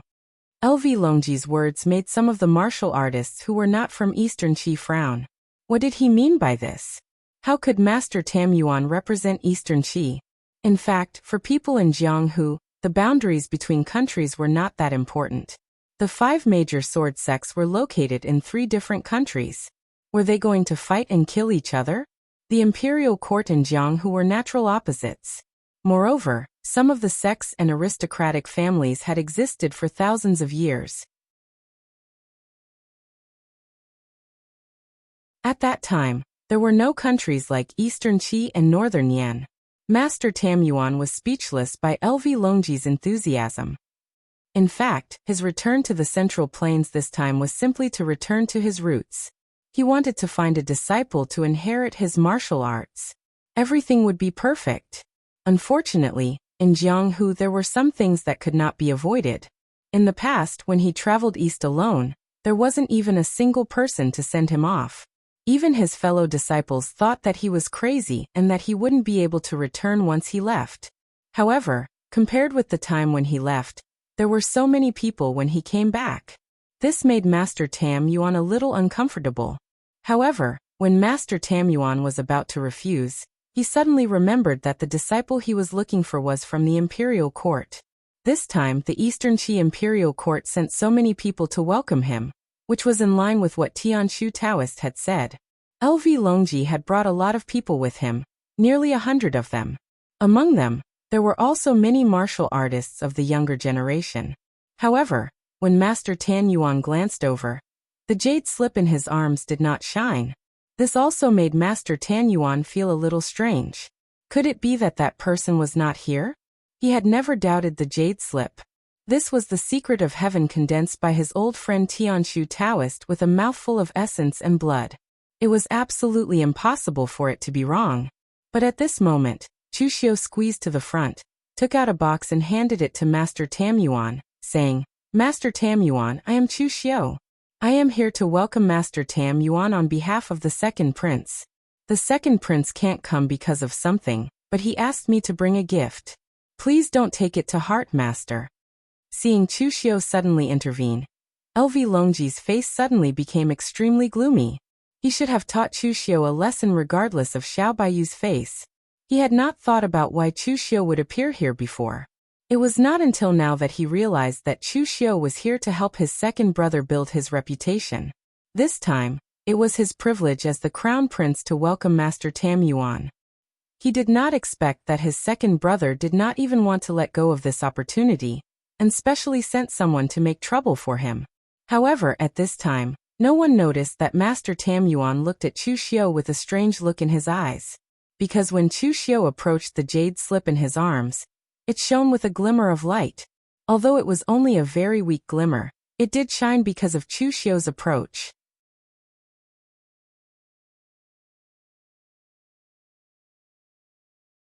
Chapter 468. The jade slip glowed, which meant that Master Tam Yuan had met the right person. However, Master Tam Yuan did not say anything, because he still had some doubts. The glow of the jade slip was too weak. It could only be called a glimmer, not a glow at all. Could it be that Tianshu Taoist had used the wrong words? As long as the jade slip glowed, it meant that he had met the disciple he wanted, instead of the glowing jade slip as he had imagined. At this time, Master Tam Yuan did not know that Tianshu Taoist had said that the jade slip would glow when it touched the existence related to the disciple he had predicted. If Li Yuan were here, the jade slip would definitely shine brightly, and there would be no doubt about it. But now that Li Yuan was dead, there was no one in the world who could make the jade slip shine brightly. So now, who was the closest person to Li Yuan in terms of karma? It was not even Li Yuan's parents, but Chu Xiu, who had killed Li Yuan. In this way, the jade slip glowed after touching Chu Xiu, although it was only a weak glow. Because the glow was too weak, Master Tam Yuan was not sure about Chu Xiu. He took the box from Chu Xiu and said in a low voice, May I ask what is your official position under the second prince, Chu? Chu Xiu shook his head and said, Master Tam Yuan, you misunderstood. Although I am here on behalf of the second prince, I am not from the Eastern Qi Imperial Court. I am the Guanxi penal officer of the Guanzhong torture room. Hearing this, Master Tam Yuan frowned slightly. He was not from the Imperial Court? Could it be that there was something wrong with the jade slip? Moreover, Master Tam Yuan had been away from the Central Plains for decades. His impression of the Guanzhong torture room was still the time when Chu Kuanga had just become famous in Jianghu. At that time, although the Guanzhong torture room had an outstanding figure like Chu Kuanga, it was only Chu Kuanga who was famous, not the whole Guanzhong torture room. At this time, the leader of the Cetacean Society, Long Tianying, also got off the boat and stood respectfully behind Master Tam Yuan. Long Tianying's Cetacean Society traveled between the East Sea and the Central Plains of Eastern Qi. They were very well informed about the Central Plains during their trade. They were almost the same as the warriors of the Central Plains. Therefore, Master Tam Yuan immediately sent a voice transmission to inquire about the Guanzhong torture room and Chu Xiu. Hearing this, Long Tianying was stunned. Although he was a little puzzled as to why Master Tam Yuan wanted the news of Chu Xiu, since Master Tam Yuan asked, Long Tianying immediately told Master Tam Yuan everything he knew truthfully. After listening to it, Master Tam Yuan also frowned. After thinking about it, Chu Xiu was somewhat similar to the image in the comments, but it was also not the same. However, after thinking about it carefully, it made some sense. Lu Feng's two mouths were covered by the imperial canopy. This was the word official. When it was mentioned, Master Tam Yuan subconsciously thought that the other party was someone from the imperial court. It should be said that this was everyone's subconscious reaction. However, now that Master Tam Yuan realized that the comments were only the word official, and not the imperial court, it seemed that one could also be an official without being in the imperial court. For example, Chu Xiu's current position was the Guanxi penal officer, which corresponded with the word official. As for the hidden dragon in the abyss, it was difficult to abide by the rules. Now that Chu Xiu was ranked 6th on the Longhu leaderboard, it was probably not appropriate to say that he was a hidden dragon. However, if one were to think about it carefully, although Chu Xiu was ranked 6th on the Longhu leaderboard, there was still a huge gap between him and the top 5 on the Longhu leaderboard. Although Chu Xiu was the most outstanding disciple of the Guanzhong torture room's younger generation, be it outsiders or Guanxiu, they did not treat Chu Xiu as the successor of the Guanzhong torture room. However, some people speculated that there was a certain possibility that Chu Xiu would inherit the Guanzhong torture room. As for Zhang Qingzhen, Zhong Xian, and the rest, even from their childhood, their fates were already determined. As long as they did not die, they would be the successor of the sect leader or the abbot. They were destined to be the overlords of the pugilistic world in the future. Therefore, compared to them, the current Chu Xiu was considered a hidden dragon with an uncertain future.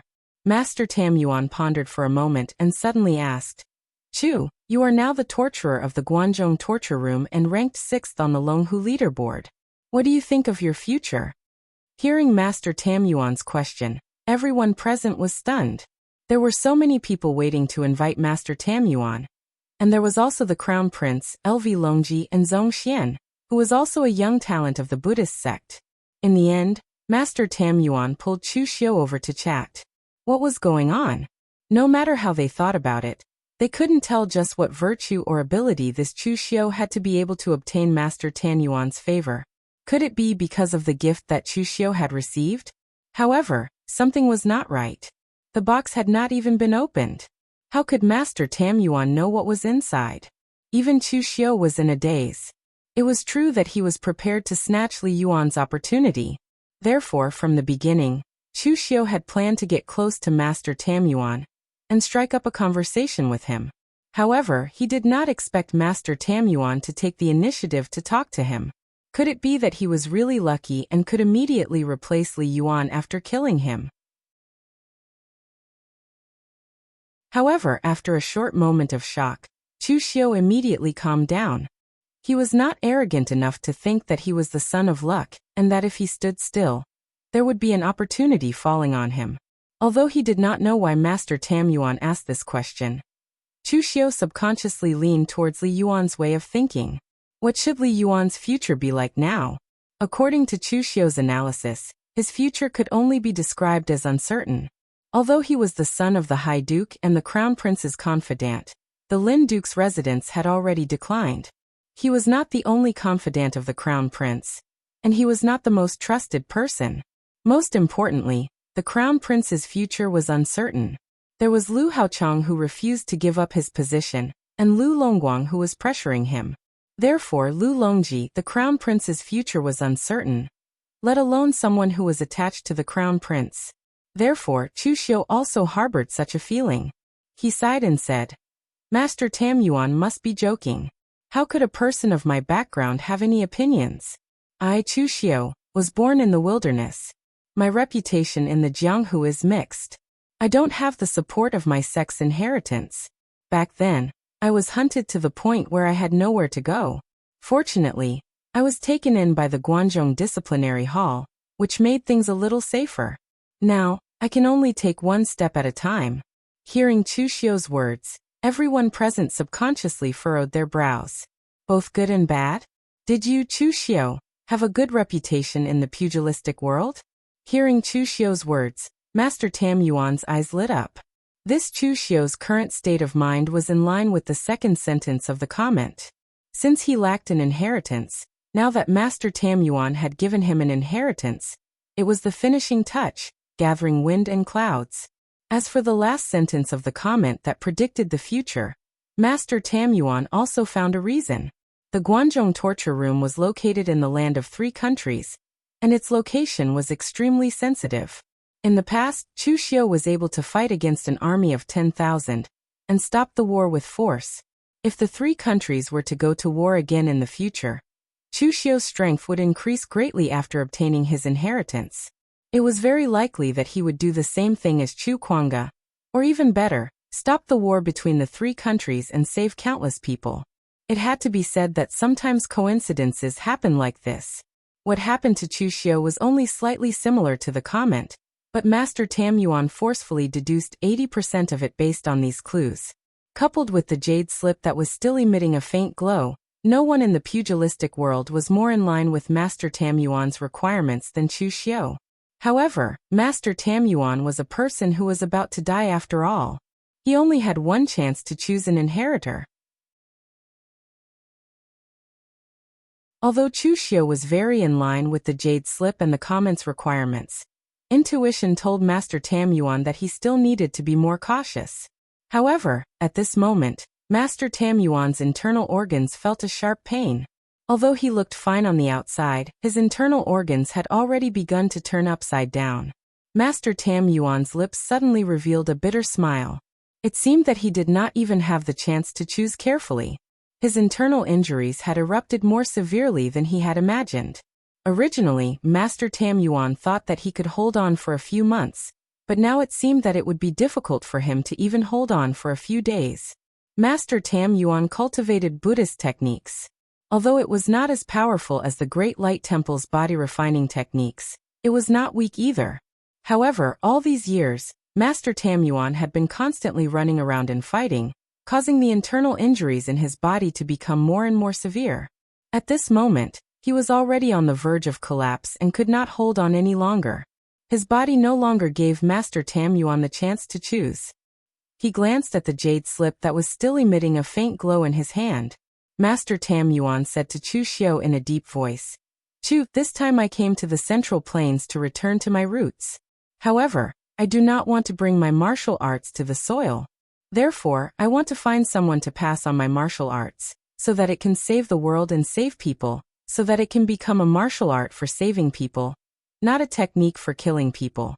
Now I am going to pass on all my martial arts and the last bit of my skills to you. I do not need you to be my disciple. Between us, we are just teaching, not passing on the way. Do you want to agree? As soon as this was said, everyone present was stunned. No one had expected Master Tam Yuan to say such a thing. Everyone in the Jianghu knew that Master Tam Yuan did not have any disciples. Even the Great Light Temple and Sabodhi Monastery, had so sincerely invited Master Tam Yuan to come to these two places to preach. In addition to building up their reputation and admiring Master Tam Yuan, they also had some ulterior motives. Since Master Tam Yuan did not have any disciples, would he leave his martial arts in the Great Light Temple or Sabodhi Monastery during the preaching process? In the end, no one had expected that Master Tam Yuan did not leave his martial arts to the people of Sabodhi Monastery, nor did he leave it to Zongxian, the #1 person in the younger generation of the Buddhist sect in the Jianghu. He actually wanted to leave it to Chu Xiu, who was not related to him and had a bad reputation in the Jianghu.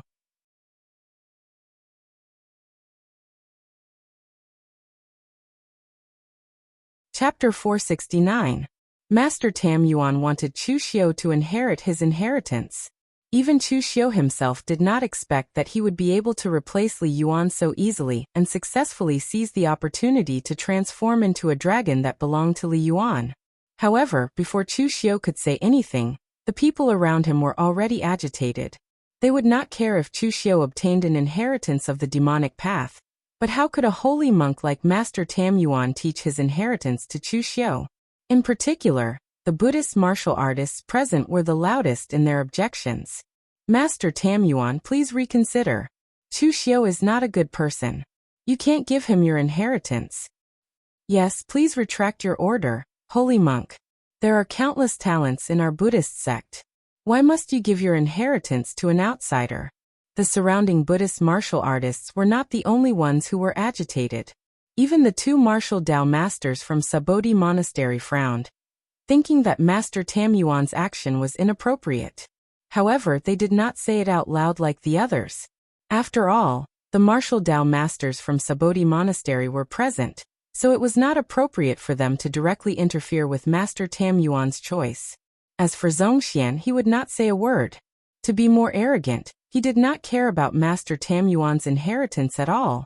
Even though Master Tam Yuan was once a powerhouse in the true fire spiritual cultivation state at his peak, he was still a rogue cultivator after all. The true fire spiritual refinement state was strong, but for so many years in the Great Light Temple, there were at least 80, if not 100, strong practitioners of the true fire spiritual refinement state. With so many people, would the inheritance they left behind really be inferior to Master Tam Yuan?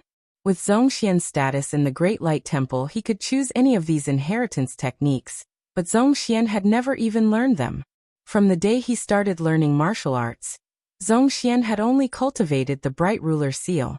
He had forcefully cultivated this technique, which was not considered a top-tier technique, to the acme of perfection. The Bright Ruler Seal could transform into tens of thousands of techniques, and its power was much stronger than if he were to learn other inheritances. Master Tam Yuan frowned. The intense reactions of the people around him were somewhat out of his expectations. Just now, the Long Tianying had only mentioned Chu Xiu's identity and other things. He had not mentioned that Chu Xiu's reputation in Jianghu was actually this bad. At this time, LV Longji directly stood up and said indignantly, Master Tam Yuan, this Chu Xiu has a bad reputation in the pugilistic world. He is ruthless and has killed countless people. If you impart your martial arts to such a person, I'm afraid that your reputation will be ruined as soon as you become famous. If you let a person like Chu Xiu obtain your martial arts inheritance, he will only use it to kill people. Why would he use it to save people? When Master Tam Yuan heard that, he immediately frowned. He looked at Chu Xiu and said, Chu, is that really the case? If only one person had said that, Master Tam Yuan would not have believed it. However, now that everyone was saying the same thing, even Master Tam Yuan was a little shaken. Chu Xiu's expression did not change as he said, Master, it's true that I, Chu Xiu, don't have a good reputation in Jianghu, but I've never killed innocent people. In this pugilistic world, it's either people who kill me or I who kill them. If I didn't kill, I wouldn't have reached my current realm and strength. Moreover, when I was the patrol and torture officer of the Guanzhong torture room, the people I killed were all for the sake of order in the Guanzhong torture room, so that more people could live. The previous torture officer of the Guanxi region did not do his job, and caused the entire region to be in chaos. All the major factions fought and killed each other, and many people died as well. It was me who used an iron fist to completely control the entire Guanxi region, minimizing the conflicts. Only then did the entire region become increasingly peaceful. Nothing can be accomplished without rules. If I hadn't killed those people, more of them would have died in the future. LV Longji gritted his teeth and said, "Sophistry. Then what do you say about how you foiled my plans in the southwest, and incited the various factions to kill each other? For the sake of my second brother, you also caused no small number of killings in the southwest." Chu Xiu indifferently said, "I still say the same thing. Nothing can be accomplished without rules. In the past, there was no ruler in the southwest, so it led to the various factions in the southwest killing each other. Their methods were extremely fierce and cruel. Now that the southwest is under the second prince's control, everyone can no longer kill each other as they please. In the future, there will undoubtedly be fewer deaths. There are gains and losses. In my view, it's very worth it to use those people who died in exchange for the stability of the entire southwest. But Your Highness, because I foiled your plans in the southwest, you slander me in front of Master Tam Yuan. I think that the one with bad intentions is you." Master Tam Yuan sank into deep thought. What Chu Xiu had said was actually quite reasonable. For example, in the East Sea, the hatred between the various islands was as deep as the sea. Everyone attacked and killed each other. Even if there was no hatred between them, they would still fight to the death for the sake of profit. Thus, after Master Tam Yuan arrived at the East Sea, his first step was to use force to completely subdue them, and then spread the Buddhist Dharma to establish order. However, Master Tam Yuan was only one person, so this process was very long. Even now, the order he established had not yet spread to the entire East Sea, and from a certain perspective, Chu Xiu's methods and Master Tam Yuan's were the same. It was just that Chu Xiu's methods were more ruthless. If Master Tam Yuan was as ruthless as Chu Xiu and directly killed people, the East Sea would have long since quieted down. Master Tam Yuan was not one of those pedantic old Buddhist monks. Everything he did was based on Buddhist scriptures, and he viewed good and evil so simply. In the past, when Master Tam Yuan was preaching in the East Sea, he had encountered something like this. There were 3 islands in the East Sea called the 3 Evil Islands. There were some extremely vicious people who were ruthless and extremely greedy. The master of the 3 Evil Islands, the green-eyed blood demon, Han Dongming, was a famous devil in the East Sea. He did all kinds of evil and was extremely cruel. At that time, Master Tam Yuan had just stepped into the martial arts grandmaster realm. It just so happened that the leader of the Cetacean Society, Long Tianying, had personally asked him for help. Thus, Master Tam Yuan had prepared to get rid of the 3 Evil Islands. As the saying went, capture the ringleader first. Master Tam Yuan had come to the 3 Evil Islands and fought with Han Dongming. He had tried his best to kill him. Just when Master Tam Yuan thought that the ringleader had been killed and the 3 Evil Islands had been completely dealt with, the other villains on the 3 Evil Islands had fled at the sight of him. They had scattered throughout the entire East Sea and caused even more evil consequences. They had killed countless people. In the end, it took Master Tam Yuan a few years to get rid of all the villains on the 3 Evil Islands. In just a few years, this group of people had caused more damage to the East Sea than in the past few decades. This karma was undoubtedly on Master Tam Yuan's head. At the same time, it made Master Tam Yuan blame himself. If it had been other Buddhist martial artists, they would probably not care about anything else after killing Han Dongming and becoming famous in the pugilistic world. However, Master Tam Yuan was reflecting on whether he had done the right thing or not. Han Dongming had committed countless crimes, but he had established the 3 Evil Islands and controlled most of the villains in the East Sea within a certain range, so the threat they posed was limited. However, after he killed Han Dongming, the evil people of the 3 Evil Island lost their restraints and caused even greater destruction. From then on, Master Tam Yuan understood a principle. Sometimes, good and evil could not be seen clearly at a glance. Someone did something that everyone thought was good, but in the end, it caused great evil. Some people seem to be wicked beyond redemption, but their existence saved countless lives. Karma was the most difficult thing to predict. Therefore, Master Tam Yuan could not decide if he should impart his cultivation technique to Chu Xiu. However, after seeing the glimmering jade slip, Master Tam Yuan made up his mind. He was not good at divination, but he believed in his old friend Daoist Tianshu's attainments in divination. Since the jade slip had glowed after meeting Chu Xiu, it proved that he was the person he had been waiting for. He did not have much time left and could not afford to delay any longer. Therefore, Master Tam Yuan said in a deep voice, "Everyone, there is no need to say anything more. I have made up my mind. Since Chu is willing to be my successor, I might as well impart my martial arts to Chu instead of bringing them to the grave." Seeing how determined Master Tam Yuan was, everyone present immediately revealed confused expressions. LV Longji's expression was even gloomier. The martial arts inheritance belonged to Master Tam Yuan. He could give it to whoever he wanted. How could they snatch it from him? However, LV Longji was still secretly cursing Master Tam Yuan in his heart. It seemed that he had truly become muddle-headed with age. He had such a great reputation overseas in vain, but in the end he had blindly chosen Chu Xiu as his successor. How could he go about explaining this? Because of the internal injuries in Master Tam Yuan's body, he was afraid that he would not be able to hold on for long.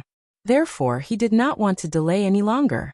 He turned to Long Tianying behind him and said in a deep voice, "President Long, please help me find a quiet place. I want to impart my cultivation technique to Chu." Not only did the Cetacean Society have businesses in the East Sea, but they also had some businesses in the East Sea County. Hearing this, Long Tianying immediately arranged for Master Tam Yuan and Chu Xiu to an inn that belonged to the Cetacean Society. He directly chased everyone away, leaving only Master Tam Yuan and Chu Xiu. He then personally guarded the door. Seeing that Master Tam Yuan had made up his mind, the monks from the Sabodhi monastery could only shake their heads helplessly and leave, including Zongxian. Abbot Susiai had only asked Zongxian to invite Master Tam Yuan to the Great Light Temple to preach. Now that he had said that Master Tam Yuan would not come, his task was naturally considered completed. As for the outside of the inn, there were still many busybodies waiting around. They wanted to see how things would develop. Inside the inn, Master Tam Yuan sat cross-legged and looked directly at Chu Xiu. He said in a deep voice, "Chu, although my cultivation is not considered strong, it is not weak either. Now, I will hand them over to you, but can I trust you?" You're tuning in to the Echoes of the Heart YouTube channel. Don't forget to subscribe and join us on this journey to catch the most captivating stories.